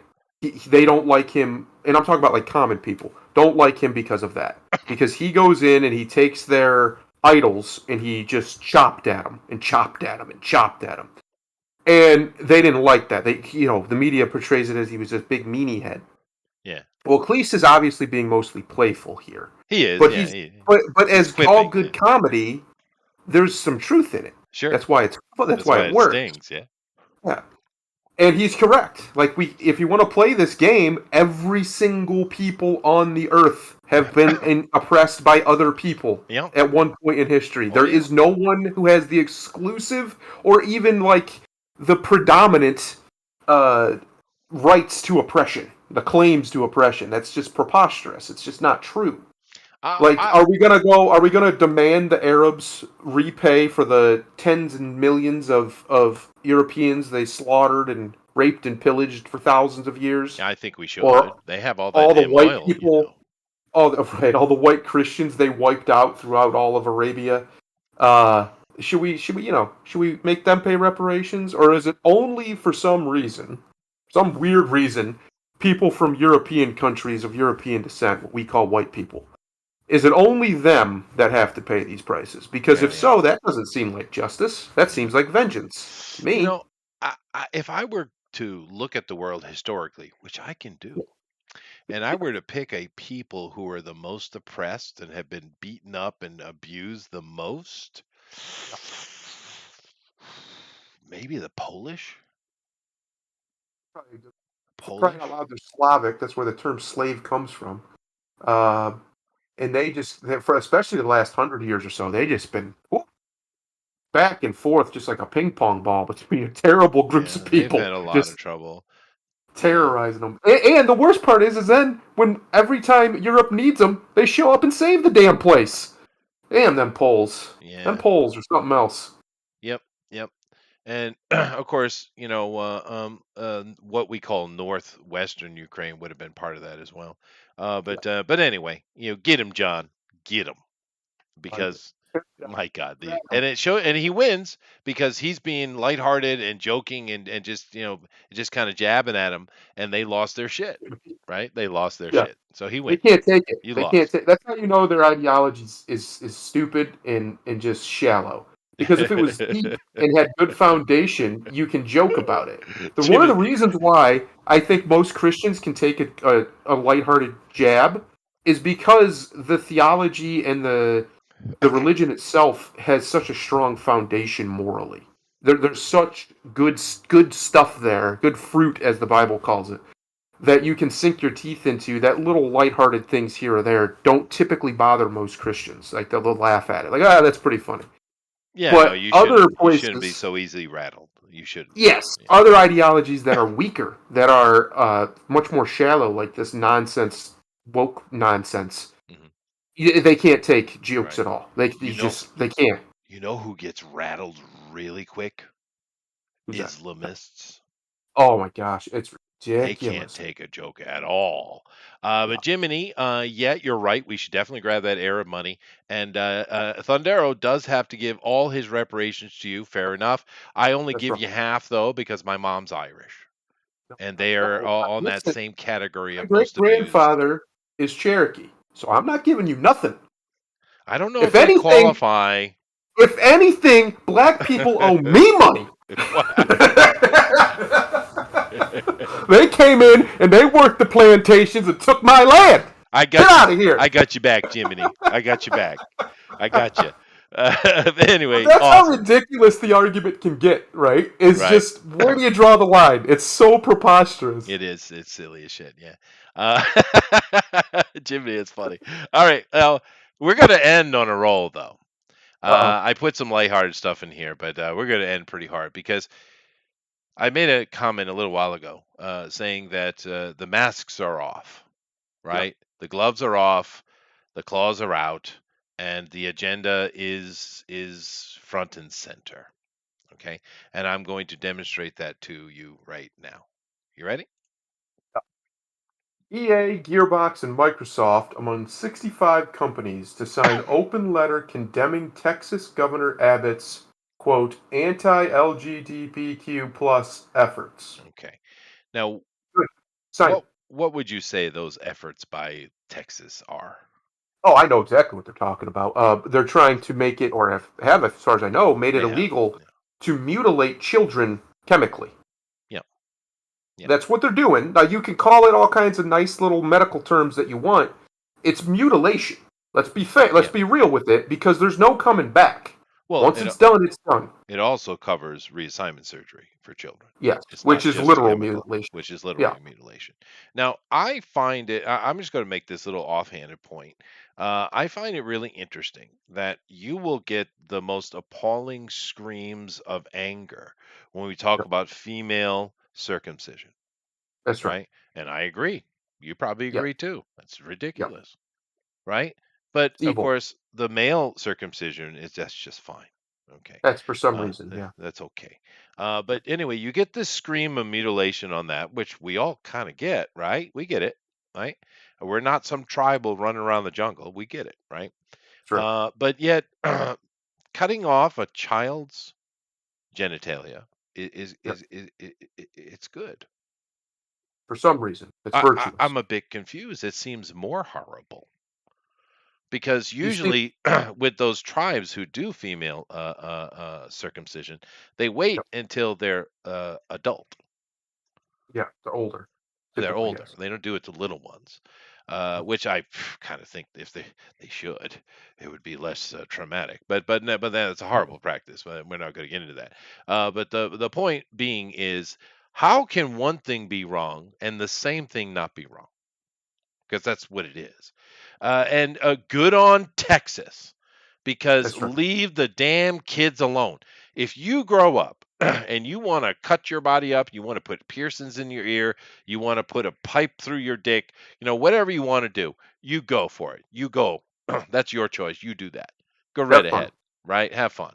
But to a child Yeah. who is not developed, Yeah. because we're not talking about 16-year-olds here. We're not talking about 12-year-olds here. We're talking about 5-year-olds here. Even 16 and 12-year-olds, I would say, should be illegal. It should be. It should be. I think It those should be adult surgeries choice. should be banned, legally banned, until you're at least 25. And the reason why 25, it's not an arbitrary number. The human brain, the frontal cortex especially, for most people, finishes developing at around 25. So that way, you're pretty much who you're going to be, at least mentally. Your opinions will change, of course, but Yeah, I get mentally, your capacity is what it's going to be at 25. That's probably about your peak. I get. So I think that's I get your take. a reasonable position to take, because you're doing something to yourself that can't really be undone. They'll tell you it can be undone. It can't. It can't. Once you've done it, it's done. But you're talking about the high end of that argument. We're talking about the low end here. Yes. Right? So that's what this is about. And 65 companies have signed an open letter condemning Texas for not allowing children to be sexually mutilated. Understand where we are. 65 of the companies, and some of them big ones too. Microsoft. Here's what I need, and I hope reasonable people who happen to have leftist politics. There are some; they do exist. Will understand. Ben's throwing daggers. If you are in support of a government that is in bed with corporations in any level, whether it be vaccine mandates, whether it be, I mean, there's all sorts of different things, right? Where they push a private enterprise's product or facilitate a private enterprise's product onto the American people, and either make it coercively you have to have it, or literally you have to have it, like private car insurance. If you're supporting of these things, and you support the deplatforming or the censoring or the literally debanking of people who have opinions you find disagreeable, not that they've done anything criminal, they just have the wrong opinion, whether it's a good opinion or not, they haven't harmed anybody. Mhm. If you support these things because these people are a, quote, threat, or whatever reasoning you give, understand that you are giving people like me carte blanche to do it to you. Because you crossed Yeah, the Rubicon that's first. another You problem. crossed the Yeah, line first. The that's another moment problem. that you say that it's okay for children to be mutilated, there is literally no moral standing that I can take that is worse than that. Yeah, Nothing. and that is the distinction. I understand your take on the older age. Me personally, whatever the legal age is of adulthood in America, it's 18. Well, it's way Uh, too low in America, I let's be know, and honest. I understand it's that way politically. I get it, but I'm Yeah. just saying that's the law. Therefore, once you're 18, you have the choice to do what you want, except drinking. That's weird. Anyway, but Well, you can't do anything at 18. You can't smoke at 18 anymore. yeah, I know, I know. I would that was And I don't even sarcasm. think you can buy, except for in some states, you can't buy guns at That 18 was anymore. sarcasm. Yeah, Yeah. it's preposterous. It is. But I mean, this is a completely different conversation because this isn't even a this isn't even I don't know what can we just the I don't know, I guess the homosexual argument of it, I guess. Yeah, But that's not even what this is. That's not what this is. This is simply you're not allowed to do harm to children. yes, Finished. irreparable harm Yeah, to this children. is very different what's going on in Florida. In Florida, Sure. they're saying like, we don't want sex education until fourth grade. All right. Some Which people is way prob too young, in my some opinion. people Anyway, think it's too young, but I'm just saying, all right, fine. That's just an education bill, right? This is different. They're basically saying we're not going to allow you to harm, to do anything to a child. They have to make that decision as an adult, and I don't understand the argument against it. I me mean, neither. they're children. They don't have the ability to make any decisions. And the thing is people will say things like, well, shouldn't you be against? You don't want government overreach, right? So why should the government be involved? Because the government should protect children. Yes, yes, I want a government who one Yeah. of its main mandates from the populace is to protect the next generation. Yeah, but it's not even government. It's just judicial. It's Yes. not government. It's just law, right? Well, right. Um, I want the law to be enforceable by an agency that is typically what we call the government, that or the enforcement arm of the government well, that you know what I protects mean. children. It doesn't. It's not a political issue. It's just a It's become judicial one. one. But it shouldn't, is my point. And I Yeah. can't believe that 65 companies would jump on board against that like that. I would think that that I would be can. a common ground conversation. Maybe I can understand a little bit of argument that no, we want our kindergartners to learn about sex, which is weird. But I would probably entertain that conversation. Oh, it's worse than weird. It's Well, pedophilia. I'm just Let's call saying, it what it is. I would at least sit there and listen. Is my point. If you're But having deep conversations about sexual intercourse with a kindergartner, you're a it's weird. pedophile. It is I weird. don't care what your Uh, justification is for it. You're a pedophile, yeah, period. but you get. I'm just trying to make a juxtaposition here. Yeah. But in this one, I would think would be a unilateral agreement. You would I mean, think. But here's what happens. So we live in, there's, the guy who created Dilbert, Scott Adams. He has this theory, and I think it's pretty correct, that the two major sides of this political discourse in America, we live in different worlds, literally. Like we watch like we're in two totally different movies that we're watching right now. yeah, So, like when Trump was president, Trump would come out here and would talk to a doctor and ask him a question about disinfectants and internal disinfectant UV treatments, which is something they actually do. And the media took that as he was saying inject bleach. Trump never said to inject anyone with bleach. That no, you didn't didn't. happen. Yeah, yeah. That Well, I never mean, happened. dude, But there are millions and millions and millions of Americans who believe that he did. oh well, And I have a sneaking suspicion that a lot of this, now some of it's basically just about the message, but a lot of this is just people going along because they heard that a Republican had put forth some anti-gay, anti-discriminatory, That's whatever the not what hell. this is. That's not what And this that's is. not what this is at It all. shouldn't This be isn't political about at any all. of that. It shouldn't be. No, And I no. don't, I don't care about the politics of Trump. It doesn't mean anything. And Yeah, yes, Corlac, I understand the straw man you're trying to put up there. I get it. But it is a straw man because there's a big difference between allowing children to have their genitalia carved up yeah, and kids accidentally dying by a gun, yeah. because there is punishment on the other side of that. And also, to add to that, Ben, kids aren't allowed to own guns at that That's age right. that we're talking about here. But that is a straw man argument, Ben, without question. Of course, these are extremely different issues. Now, if you want to make that argument, that kind of conversation comes into maybe the next one, right? Because the next one is different. Because let's move on to the last little bit of story. Because Oh, good old Glad. my goodness, dude. Glad to grade film studios on political donations and LGBT advocacy in wake of the Disney/Florida fallout. Oh, joy. Yeah. I knew that would get a response. Boy, it took like 20 seconds. Yeah. Don't make it too easy on me, Ben. Come on now. But anyway, I get the argument, Ben. Yeah, no, I Uh, understand that. That's can true. answer That that. is I true. can. Here, I'll do that. I'll answer it real quick. No, because guns are not inherently damaging. Just a gun No, they're sitting not. Yeah, yeah, around does yeah. not cause damage to anyone. It takes a Yeah. person with agency to act in malfeasance to make it so, Yes. No. or somebody with negligence to make it Yeah. so. It The is vast ac majority of shootings that happen to children are done by other children or by adults accidentally. and They're not and intentional kills. criminality is usually involved Yeah, because someone was negligent, and therefore that does make that a straw man, Ben. But anyway, to this article right here. Now, the interesting thing for me is that this is an interesting point that I'm going to take out of it. GLAAD is an organization. I don't remember all the things, but it's the gay group.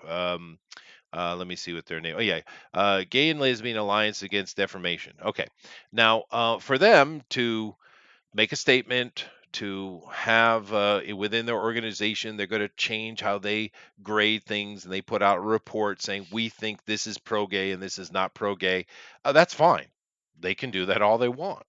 That's sure. nothing. I mean, that's their prerogative, right? I mean, it's Mhm. an independent organization. This is not a government body. It's just a group of people that want to do that.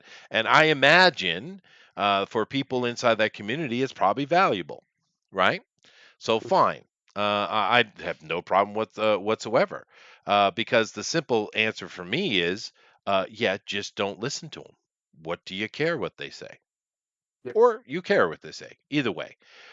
So as far as GLAAD doing that, I don't have a problem with that whatever whatsoever. That's their prerogative because it's not legally binding, right?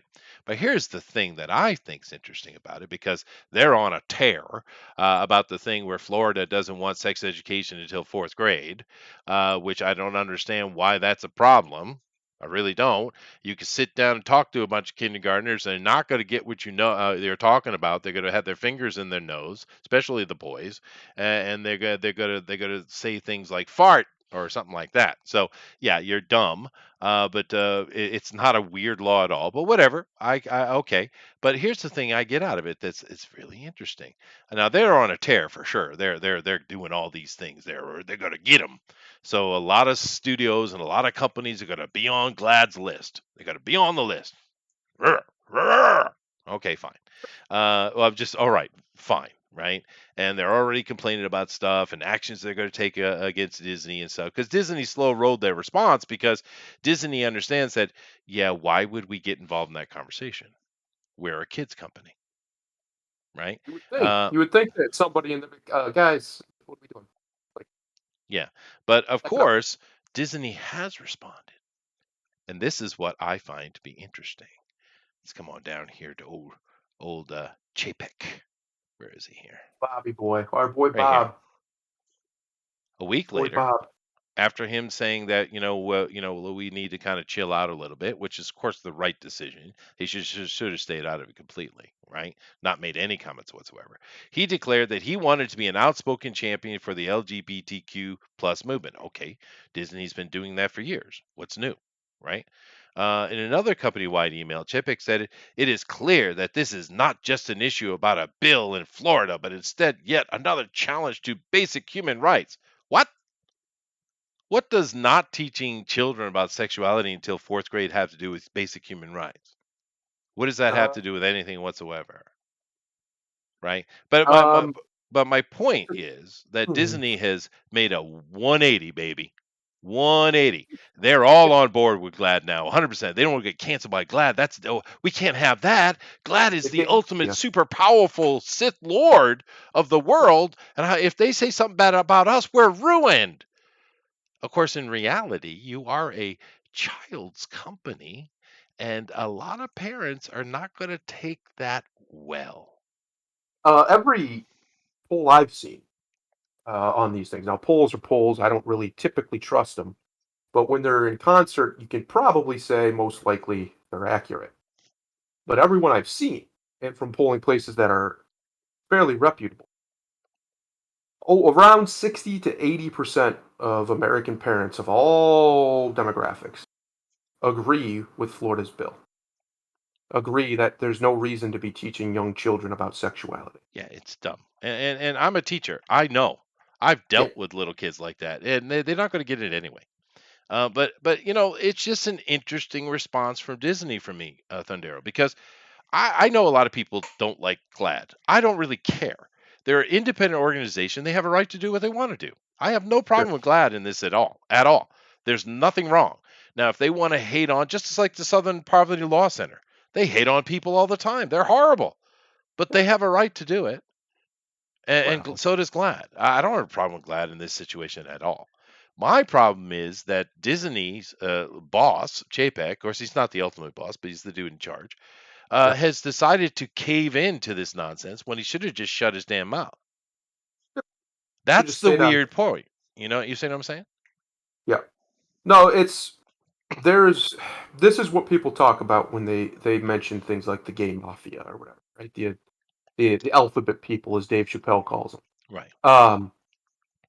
This kind of influence that they have over our country and over the companies within it is surreal. Staggering. For an organizations that represent what is a fraction of a fraction of percentages, like less than 10% of the populace, in some cases way less than 1%, depending on what we're talking about, uh, they have this sway They over do. these massive multinational conglomerates like Disney, one of the biggest companies in the world, like Apple, like Amazon, the literal biggest company in the world.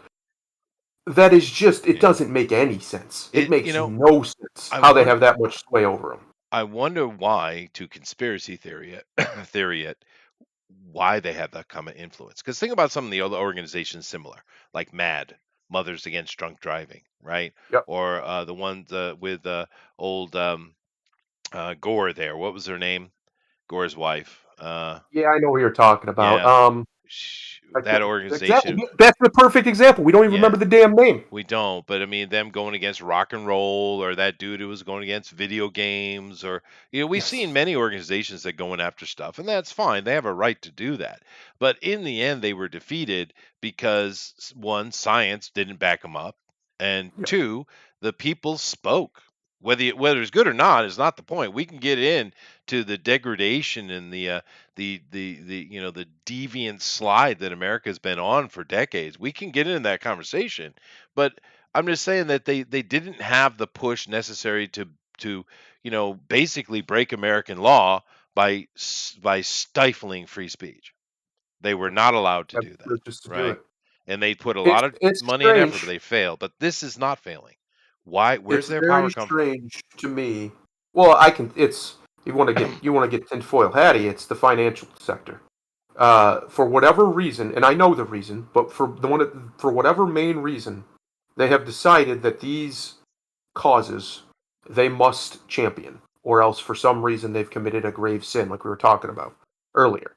Hmm. a crime of the crime of discrimination, as that Japanese lady put it. Um, these people have bought in hook, line, and sinker to that narrative. Now, whether they've done so purely self-servingly or they actually are true believers, I don't know, and I don't really care because it doesn't really matter at the end of the day. But I know for a fact that, and I have it on my old computer sitting right next to me. I could probably hook it up and get the data. There have been marketing research done that prove that people like this, LGBTQ, blah blah blah blah people, whatever you want to call them. Let's just call them gay people to be succinct. And the people who show great support for them, meaning mainly leftists, right? And largely non-white people, largely non-white groups, meaning Is white it? conservatives are excluded. Well, no. I'm saying these groups are all kind of lumped together in this data. And then the other side of it is basically your white conservative and your white straight people, or just straight people who are also not non-white. But the Well, vast yeah, majority of Mexicans are these mainly pretty people, conservative. Yeah. yes, the vast majority of these people, the reason why these companies all like a switch just started catering to them so heavily is because they looked at this data, and in this data, it shows them that they can afford to lose people like me, people like you, more conservative leaning in our personal lives, in that regard, and still make a ton of money because the people who that they're pandering to now, or who they're chasing, remember the audience that they're chasing, is full of whales, as they call them, Yeah, meaning they will you mentioned that spend an before. exorbitant amount of money on products that are just nothing at the end of the day, but they will do this happily as long as the message is on point for them, as long as their Sure. biases are being stroked. Now, that being said, there are other companies that do so the other way, of course, because that's how you get, it's just basic marketing and sales. It's how you get people. You hit them where they, you hit them in their emotions and whatnot. You're not, when I was selling cars, you're not selling a car, you're selling a feeling. You want that person to feel like they just made the best That's decision in true. their life when they walk away. That's true. And that's the same for everything. So the reason why you have these companies who have all flipped a switch and pander to these institutions and to these sorts of people, right, wrong, or indifferent, the reason why they do it is because they've seen this marketing research. And because they've seen Maybe. this marketing research, they're pushed down this primrose path, and they don't care what it looks like to ordinary people, quote unquote, because they know that if they can get a couple whales in, when a couple I mean obviously more than just two, but you get my meaning, Sure. they'll be their bellies will be fat and full forever than if they Yeah. catch a few fish. Yeah. It's not capitalism. Let's be clear. That's not capitalism. This marketeering that's going on, this manipulating the market, is not a capitalist force. A capitalist force would obey the demands of the market, not ignore them to chase unicorns, Yeah, that's basically. true. But I just, I'm sure there might be some validity in what you're saying, but I think it's deeper than that. However, I will say, because I put these up here next to each other for a reason. I have no problem with GLAD existing. They can do as they like. This is not a government body, right? Also, with companies like Disney and stuff deciding to jump on 100% with this kind of silly thinking, I don't Mhm. have to buy Disney shit either, dude. Well, the problem is a lot of these companies get government subsidies, huge government Well, subsidies, or just straight bailed out when the stock market, when the economy crashes. and I don't agree with that in any Yeah. situation. I don't. I hate it when Obama did it. I don't like it. They Well, shouldn't do Trump did that. it too. I Let's be don't. fair. Yeah, he did. I Um, don't believe in too big to fail. I do not believe in that. oh, Let the nothing's free too big to market fail. reign. The I'm idea that anything's too big to fail is to say that everything that human effort will fail if this entity, this private entity, supposedly collapses, which is ridiculous. So basically, all you're doing is admitting we're a fascist state, is what you're saying. Because if you're telling me that our country will collapse if we don't have X industry, right? We don't have this company at the yeah, I helm don't of the like it. industry. That's preposterous. It's That's utterly nonsense. preposterous. It's not American way. It's not right. No, And I don't like it when anyone does it. I'm not picking sides. I just don't think we no, should do it. But my point I agree. being is, because this isn't governmental, we don't have to support GLAD. You don't have to support Disney. You don't have to buy their products. It's a completely optional choice, right? Now, I think they're being really silly. I also think that they clearly don't understand children at all, clearly.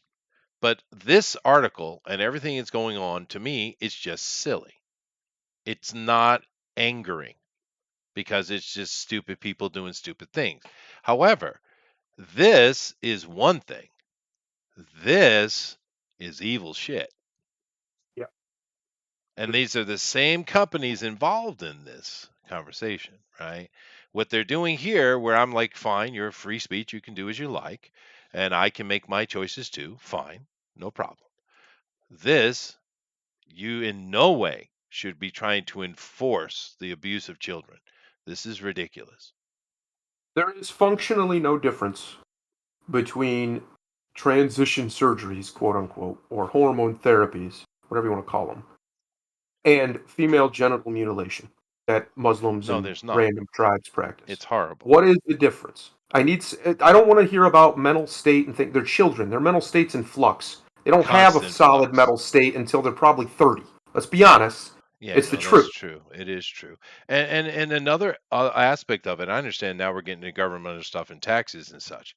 But on the Yep. other side of it as well, with with this conversation here, if you say Florida didn't do that, and I'm sure California has a rule in place that you can teach sexuality to a 1-year-old. I'm sure.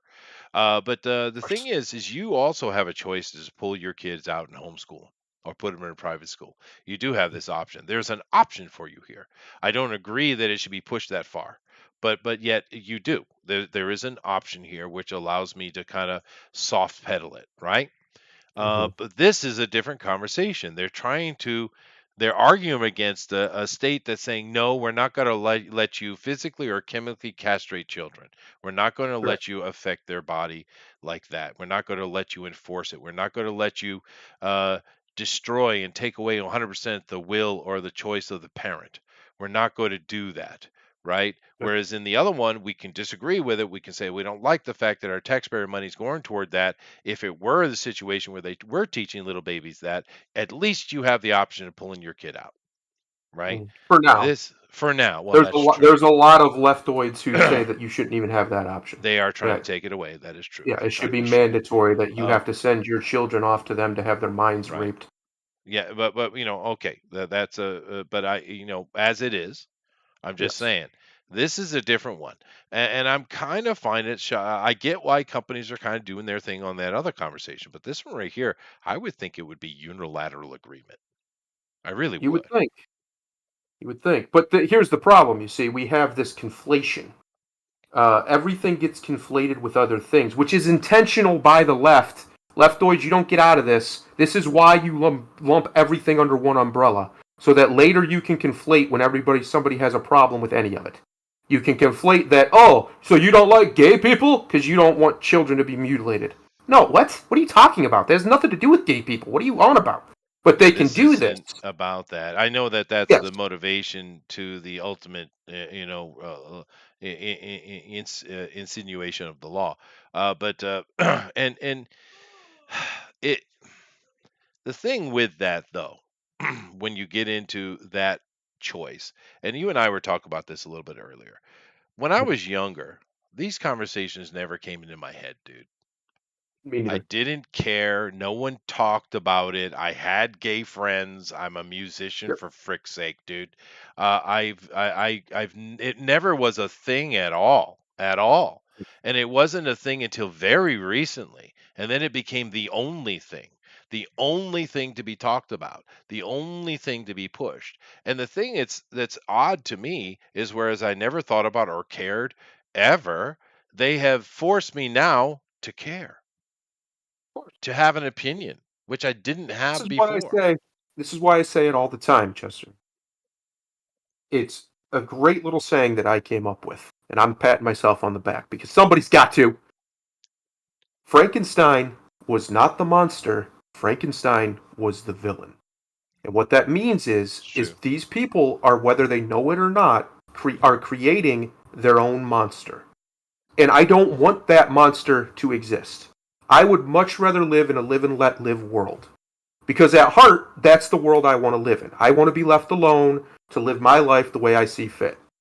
But when you have people advocating, like these companies are, to allow children to be mutilated by doctors, I can't just live and let live then. Now I have to care. Because you're advocating for there's no way to not make that evil. I don't care what your justification are about your psychology and all this. I don't care. It's a child. That child's brain is going to change and develop far differently from when it's, 12. From when it's 18. You're going to be a different person. There's no point in making a life-altering decision that cannot be undone when you can't even actually consent to it. Like, we have laws to protect children in place because their minds aren't capable of giving informed consent. That's the reason we have the law. And I'm telling you, when I was a kid, dude, if you suggested something like this, you'd be arrested, man. You should be. I don't care. People can talk all they want about, it's not, you're just good. No, that's not too far. Because these people are advocating for the destruction of children. What is with people? I don't understand this squeamish liberal nonsense that's overtaken the American populace that we can't use force on anything. Right. Like, it's wrong to ever try and stop people from harming other people or doing something evil. It's ridiculous. Especially because we're also gaining data right now. Because under the table, illegal, chemical castration has been going on for a while, as well as hormone treatment and stuff. It's illegal, but it's been going on for quite a while, and it's been going long enough that we have many, we just call them test subjects, I guess, that have deep regret now that they're adults. What's that character? One particular comes to my mind. We talked about a little bit. It was a very sad story. Jazz, right? Yes. Now, Jazz was taking was some reality TV show celebrity of some kind. I don't really know, but I remember the story because Jazz had been going under hormone treatment and stuff that her parents had got it. Her mom had got it legally and whatever. She'd been on that for a long time, since before she hit puberty. Okay, and that's what they're talking about here. We're not talking about after puberty. We're talking about before. And because of the chemicals and stuff, she finally got to the point where she wanted to get the actual surgery, and she went in to do it. But because she was on these hormone blockers, her penis did not develop, and there was not enough material for her to create a vagina. That's right. And we have multiple examples of this, not just one. So we're getting data on the back end that's showing that there's more to it than just simply a child's decision at 4-year-old to wear his sister's dress. It makes him automatically transgender, and we need to start chopping dicks off, right? Yep. I mean, this is a much deeper conversation than that. And this is really where the line is for me. Like I said, I don't need Disney shit. No, I don't have to support any of these companies. I don't need Gillette. I don't need any of these things. I don't care about Glad. They can do as they like. That's the ultimate solution. If I want to be real edgy, I'll say it. That's the final solution. Is the parallel economy. Andrew Torba, the guy who is the owner and CEO and creator of Gab, which is where that video was at that we watched earlier. He has been setting up and been creating what he calls the parallel economy, and other places have too. Basically, these institutions have all bought into the agenda. For whatever reason they've done so, it doesn't really matter why now at this point. We don't need them. That's just the truth of it. They need us more than we need them. We can build around them. And as long as the market isn't manipulated to make that impossible, which in some cases it is, we can get away from this nonsensical, constant push to gay up all the things. Well, yeah, and that's not new. We've been doing that forever. Yeah, that's just capitalism, baby. Yeah. That's capitalism right there. That's when why the market I don't care has about this article around it. It doesn't mean anything. Yes, I think it's personally, there's two different branches of what people call the culture war when it comes to this stuff. You have people who overreact because they've been told they underreacted for so long. Let's be honest, they didn't react. So when they finally find something like this, they react to it as if it's Armageddon. And it's really not. It's an advocacy group doing advocacy group things at the end of the day. Right. Well, I mean, they're just they're caught up in this in the fervor.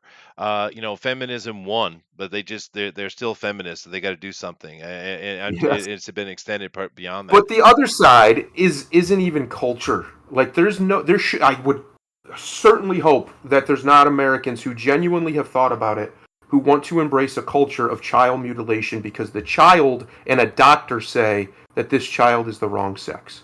I Right. just Yeah, cannot it is believe ridiculous. that we're But that far down this rabbit hole you that know, people can't realize how ridiculous that is to say. If an adult person wants to do it, that's their business.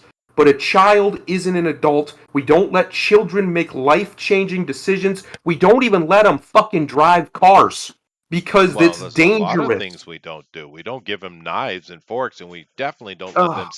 stick it in outlets. But Yes. because they want to do that. But let me give you because I take it further than you do in this regard. Because when I was young, I was at a party. And I was at that age when we're partying every freaking weekend, right? Yeah. Just and there's always those moments at the big party where everything's kind of calmed down before everyone kind of passes out, right? And conversations happen. Everyone just sitting down and everyone chatting about something, whereas the beer pong earlier or the quarters or whatever was going on. And I was at that, and it was interesting too because we were in a freaking pink house that was directly across from the Narragansett Police Department, which I thought was interesting because everyone was underage. Everyone. But anyway, the conversation went, and somehow I don't know how, kids, I guess. The conversation got into circumcision, and I mentioned to the quite a large group of people. I was like, "Well, I'm not circumcised," and this girl looked at me. She went, "Ew," right? Yeah. And I That's my was like, wife's reaction to it too. yeah, well, She's no, been here, giving no, me and I Disney. get, I get a lot of people have that, and I was like, Mhm. I looked at her, and I've always been quite quixotic, if you haven't noticed, and No. I, yeah, You. and I said, well, why is that? And she says, because God said. I said, where does God say that? I mean, and besides, you're by doing circumcision, you're telling me that God's wrong. That's right. Well, even still, God wasn't saying that to everybody. God No, said the that to Jews did it as specific a Judaic rituals.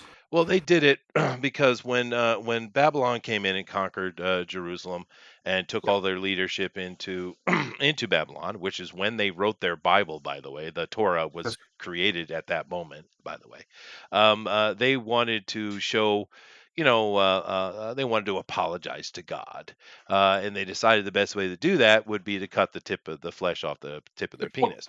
Um, what? so this was the Jewish people's choice, had nothing to do That's with right. God. But that's not the point because because I don't even want to bring God into it of my own volition. I'm just saying that it's very odd because you only get that reaction from religious people, particularly Christians, and because Jews don't expect everyone to do what they do. Jews are cool that way, right? Well, they're very And exclusionary, right? They want yeah, and I'm not saying that in a bad way. I think that's fine. They have yeah, their own ethnic culture and their own heritage, and they want to protect it, so they don't yeah. want everybody else doing it. Right, and that's fine. That's cool for the Jews. But Christians aren't like that. They can be judgmental, Correct. which is fine. I don't. They can do what they want to do. Once again, it's the same thing as Glad and Disney. I don't have to be a part of it. I'm not Well, the forced. weird thing is, though, the thing that gets me, the only thing that gets me about that article is, like I was saying, how much influence these organizations seemingly have. Whereas Christian organizations, maybe there was a time, but they don't now have that influence. Uh, in fact, on the right, I can't think of any organization that has that much influence. The closest one that would have political influence would be like the NRA, but even they're not going to get Disney to do an about face like this. That's just not going to happen. Disney, the CEO of Disney is one of the most powerful men in the country, and They they are. got They do him have to influence. grovel and apologize to them. Literally, I mean that's Hardcore the way it grovel came too. off to me was Hardcore grovel. groveling. Yeah. But So like I that said, says something it about their does. It influence. tells me I don't need Disney. Is what it tells me. Yes. But Eric, Eric, Eric, we know you're manscaped. Don't sit here and say you're not circumcised. I know you are. Okay. But but I've always thought that argument really weird with the circumcision because I'm like, why are you? We get so upset when you do it to girls. I get it, That's right. but why not boys? And especially with the Christians, ew. But it's like, well, by doing that, but especially with Christians, because keep in mind, Mr. Kellogg, as in the cereal guy, he's the one that promoted circumcision amongst the Christians. Understand, this Correct. wasn't a Christian thing until him, and he brought it in because he was very anti-sex outside of marriage, and he was Yes, doing it because when you do circumcise a boy, what you're doing is reducing their sexual experience, and that's that's why correct. it was done I think it's like in modern 40% of time. your nerve endings are in that Yes, tip. no, you don't enjoy sex anywhere near as good once you're circumcised. But I'm just saying that that's why it happened, and that's why the Christians in America do that these days. But it's still the thing I've always found it odd. You're going to look at me and say that's something I should do, but you're basically saying that your God, who is perfect in every way, was wrong in his creation of the male penis. What? Yeah, It seems odd to me. it is And I interesting. know it's uncomfortable for you, Eric. I understand. Uh, no, I don't have like you know me. Like we've had long conversations about religion and about where I stand on religion. I think that, and I've said this on here before. I think most of the Bible is, to be as diplomatic as possible, is silly. Um, I don't think the stuff with Jesus is silly. I think Jesus, especially his moral philosophy on the world, is perfect. It's it's the most succinct and best version of that philosophy because it's in other places in the world Well, too. sure, because it's Variation the of it. Buddha. Yeah, his version of it, I think, is the best that's ever been. I think that was it. Humanity peaked in that regard. That being said, there's a lot of stuff like Paul's writings, all the letters. I think all that stuff should be decanonized. So this circumcision talk, to me, it's weird. It's always been weird to me when Christians want to hold to Jewish traditions that Christ did not command them to hold to. Right. Yeah. Um, Yeah. I But I don't mean, understand that. it is their religion, it's their choice, I Yeah. guess. But then again, because everyone seems to be fine with it, but when you veer into female circumcision, everyone just loses their shit. And I think Well, I've then given they're also Jiminy an aneurysm. I do a apologize. lot of a lot of these people who are against this stuff, they would be our allies on this, right? Against this transitioning of children, are Christians, and they just don't see their own. I guess the best word is hypocrisy, Yeah. because they seem to be perfectly fine with genital mutilation of young babies, young baby boys, but not for some reason this is a bridge too far. And I'm like, well, I agree with you. It is a bridge too far, but maybe we can have that conversation too, guys. Maybe we just let people make their. Maybe if an adult wants to cut off the tip of their stuff, cool. But not children. Can we just Yeah, do but that? I mean, it kind of falls into this weird conversation, right? This weird, what's okay, this is okay, but that's not okay.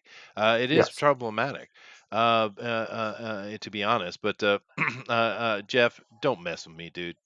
I'm a fucking ninja, baby. Anyway, poor Oh Jeff. He, God. he's got to walk right into the buzzsaw, man. It's Oh no. it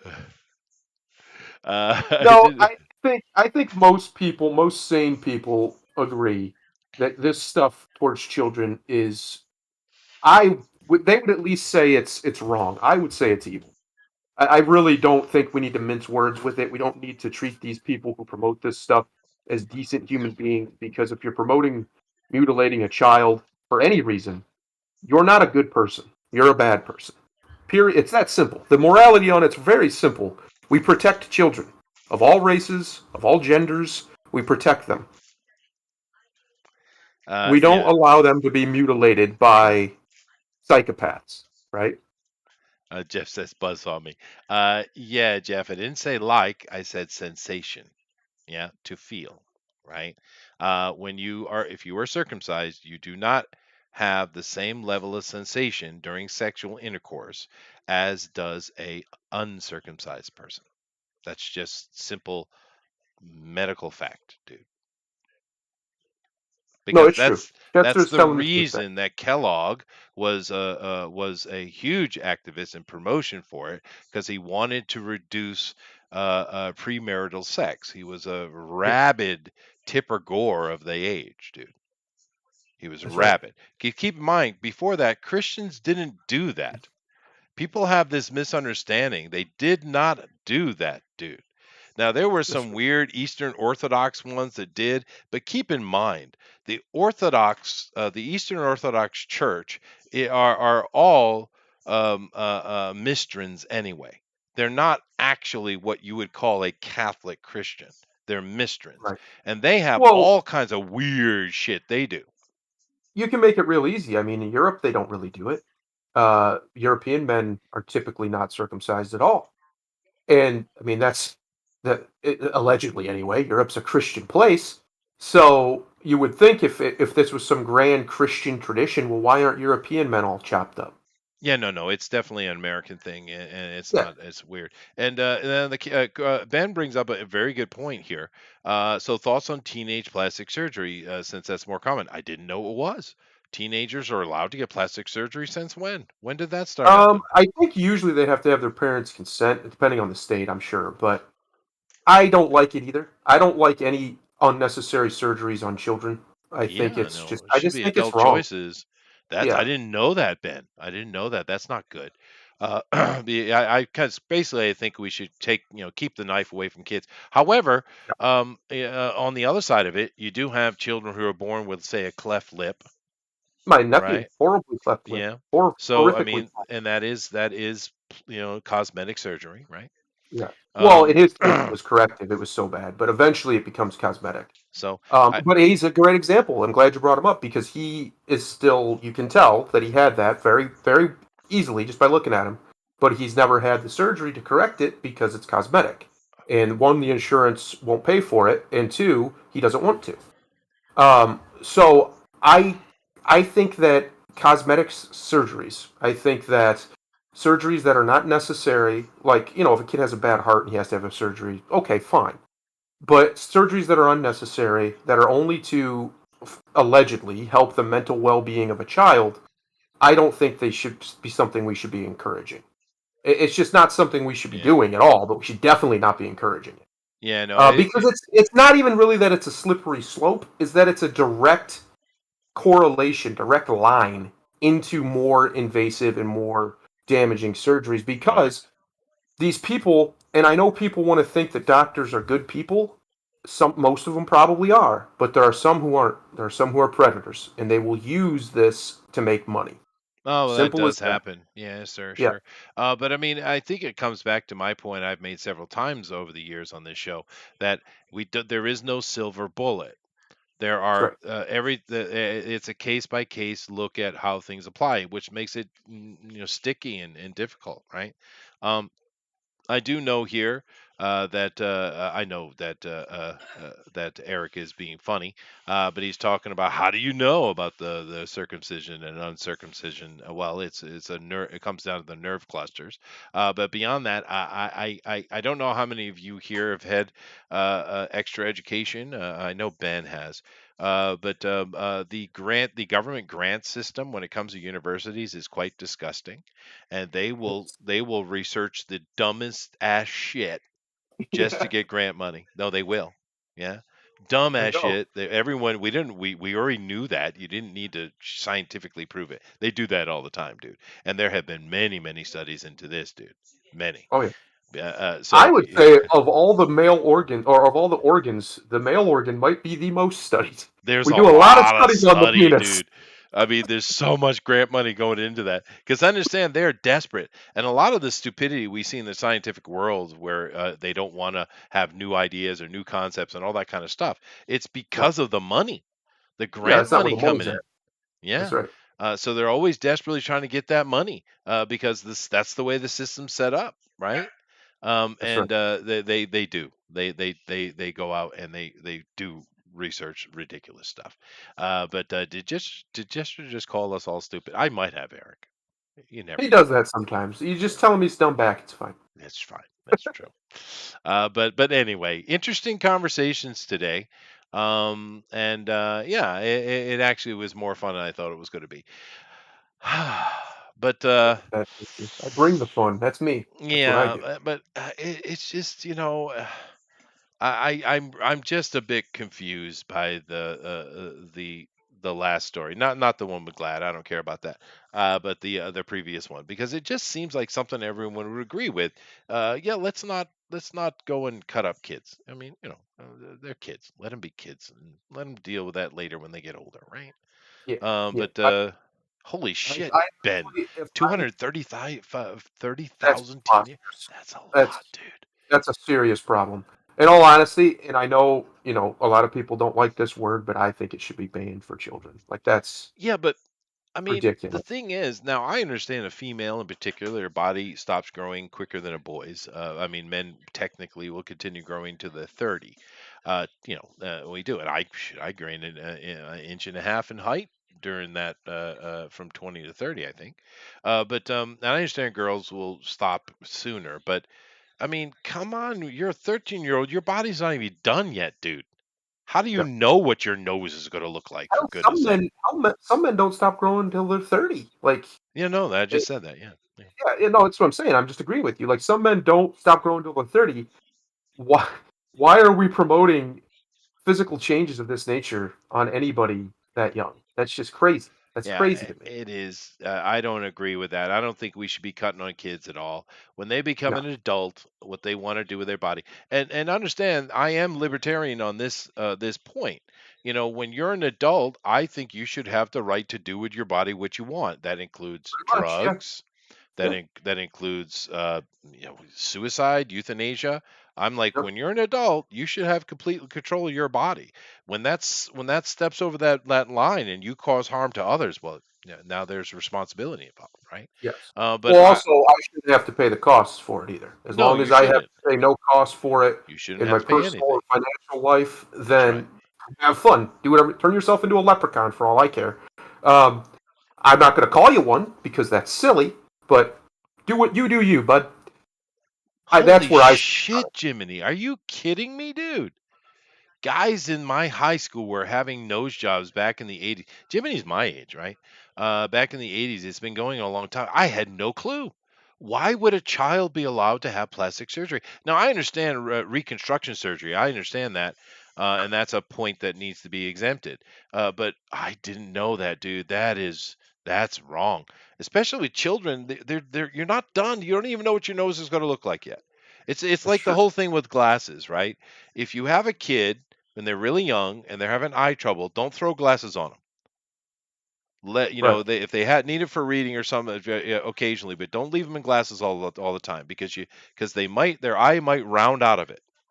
It might, That's true. right? My And cousin did that. He had very bad vision in one eye and was colorblind, and he just grew out of it. yeah, no, because they're not done growing. And my Yeah. generation and younger, we are all enslaved to the glasses because he's 2 years old, not seeing great, 3 years old, whatever, throw glasses on him. And Yep. we had no opportunity to maybe grow out of it. Not everyone does. Some people would end up with them anyway, but that's not the reality. And looking at my kids, because my wife and I are both from that, we both had glasses pretty young, and my Hmm. kids are fine, right? Interesting. And my daughter has had a little bit; she has to wear occasionally, but it's not an issue. They can grow out of it, and it's the same thing. Don't force it, right? Right. And wait till you're finished growing, because your body will change. It will change. It will indeed. Which Hold is on. why, like I said, I think the age should be 25 personally. If we're gonna Yeah. have a limit, that's just when most people are basically done cooking. Your cake is Poor baked poor at that point. Jeff. Poor Jeff. But yeah, now I saw a plastic surgeon in the 80s about my nose, but I was hit in the face with a giant rock. Well, that's reconstruction. That's a little bit different. But I understand reconstruction. But see, for me, as Ben's here talking about the teenage plastic surgery is much more common than transgender. Yeah, no, but either way, I don't think they should be doing that, dude. I do not agree with that. I don't They even. I mean, baby, what do you think? You Children be think that children. teenagers should be able to get plastic surgery? Do you Uh-oh. think? He's calling in the wife. Watch out. Everybody get down. No, she agrees. If it's reconstruction, it's fine. Otherwise, no. Yeah. Yeah. She's so smart. Why did she marry you, Chester? Explain. It's the sex appeal. Ah, that makes sense. Yeah, the big, tall, white man. She couldn't resist. Yeah. Couldn't resist. I have the wink pretty well practiced. Yeah, that does work. I did that the other day. I was walking. We were walking through the mall, and this girl just starts waving at me, and I'm just like, "Oh, all right, Yeah, hi, how you yeah. doing?"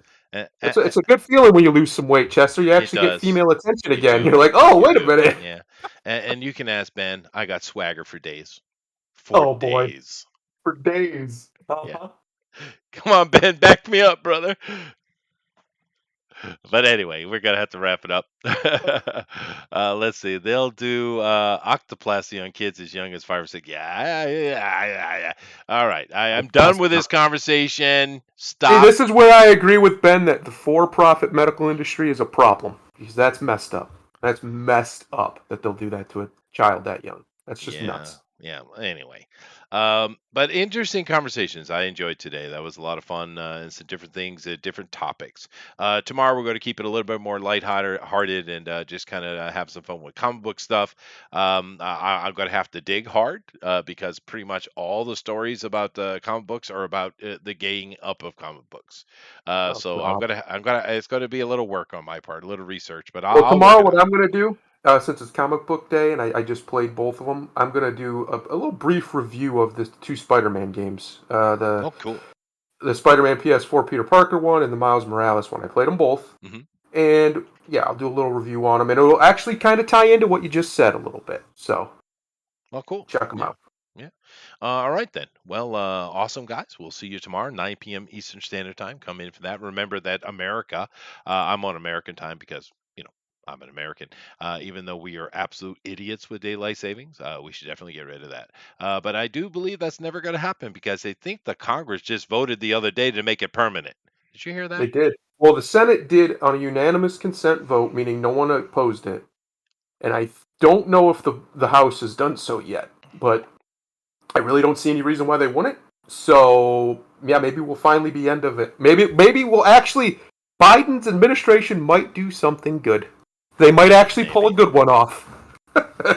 Possibly. Yeah. But anyway, we'll talk about comics tomorrow.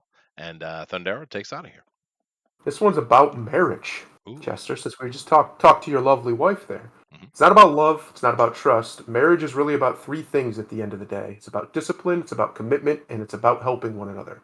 Be a help, not a hindrance. Lift up, not pull down. And when you do those three, when you stay true and vigilant, when you elevate instead of devastate, then you breed love. Then you breed trust. Love and trust are not what holds a marriage together. They are the harvest of matrimony, not the seed. You cannot reap before you have sown. Stop trying to. Ooh. Namaste. Later. Bye.